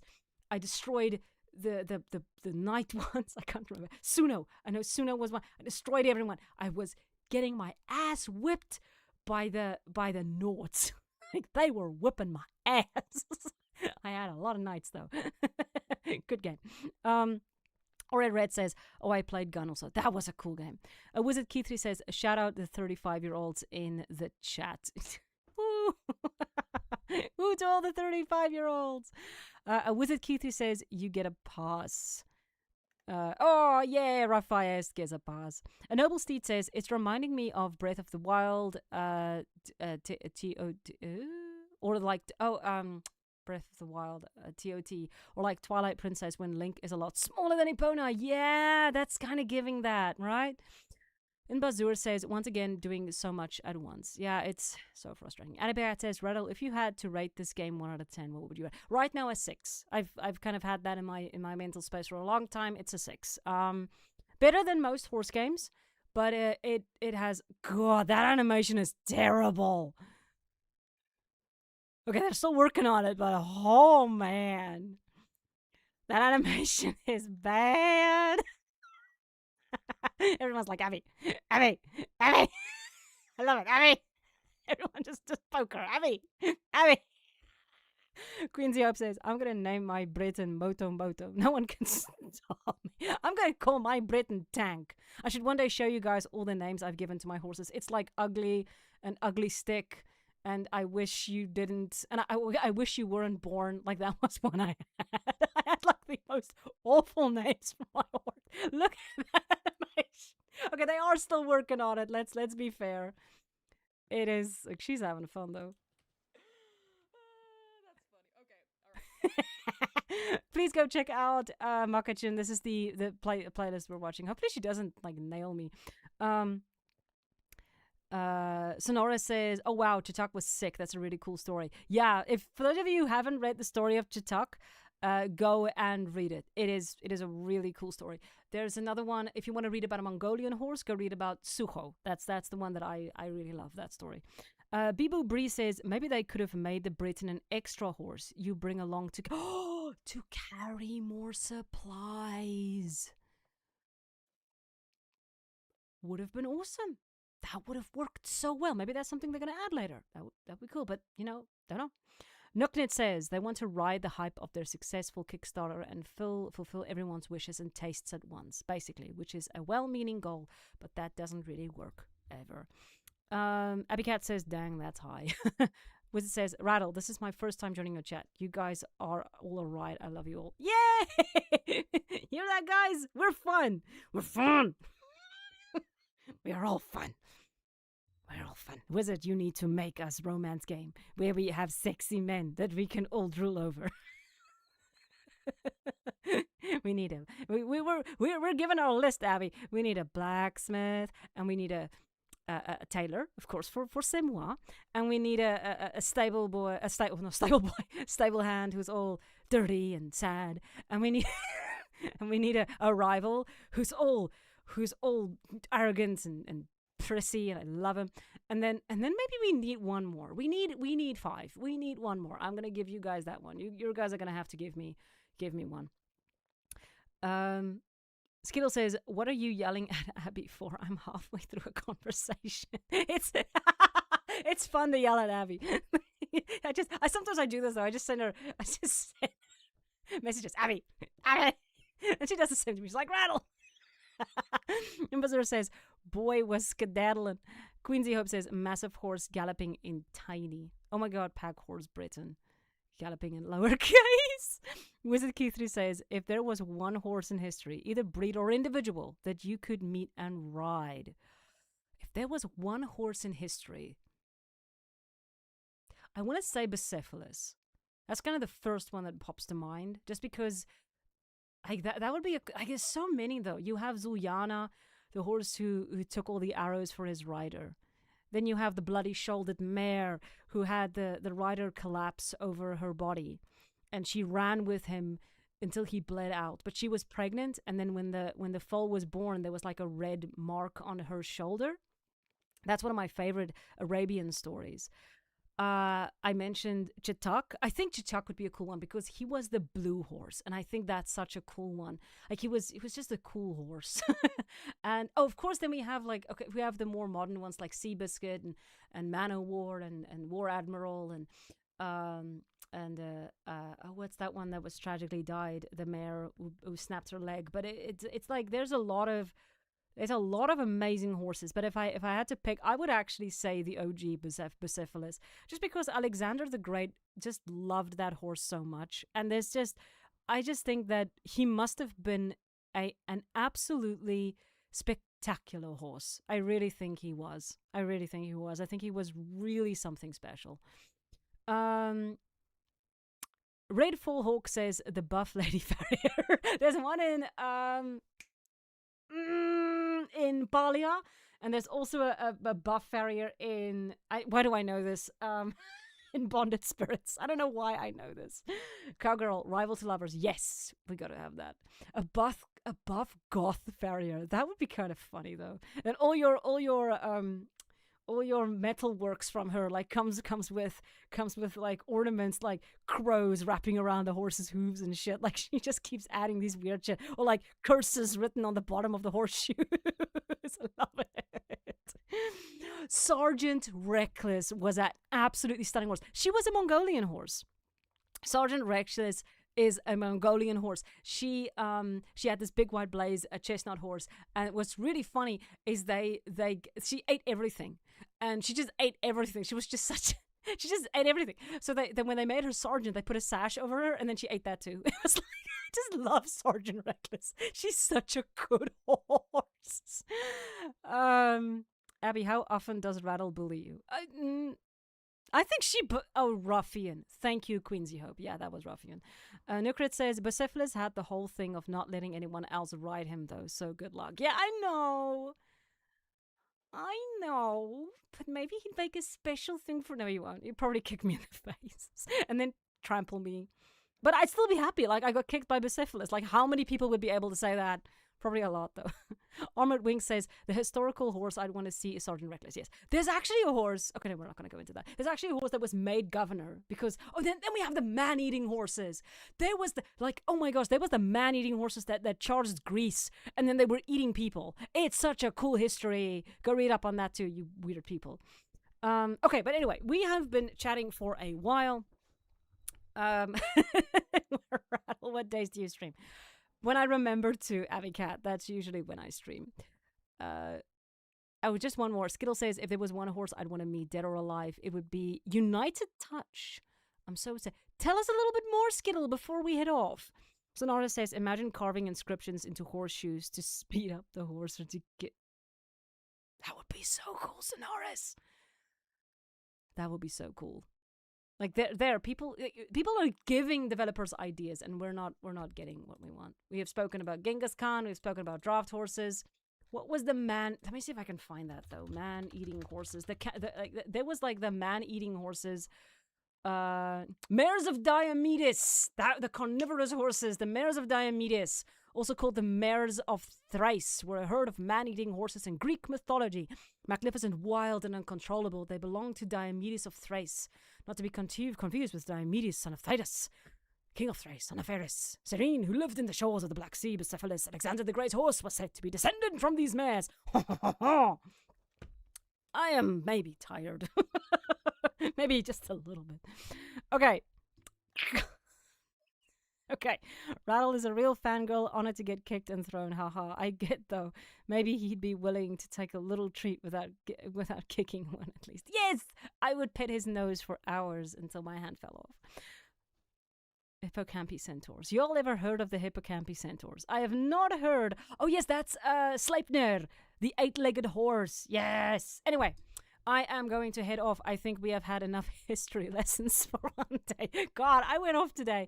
But this was awesome. Thank you all, as always, so much for watching. I hope you all enjoyed the stream.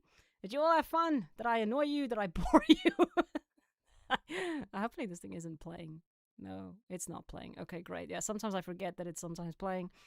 How about Sverdali? Not sure how to spell it. I don't know that one. See you guys. Thank you. Now I want more history. Next time. You guys are amazing as always. Thank you all so much for joining.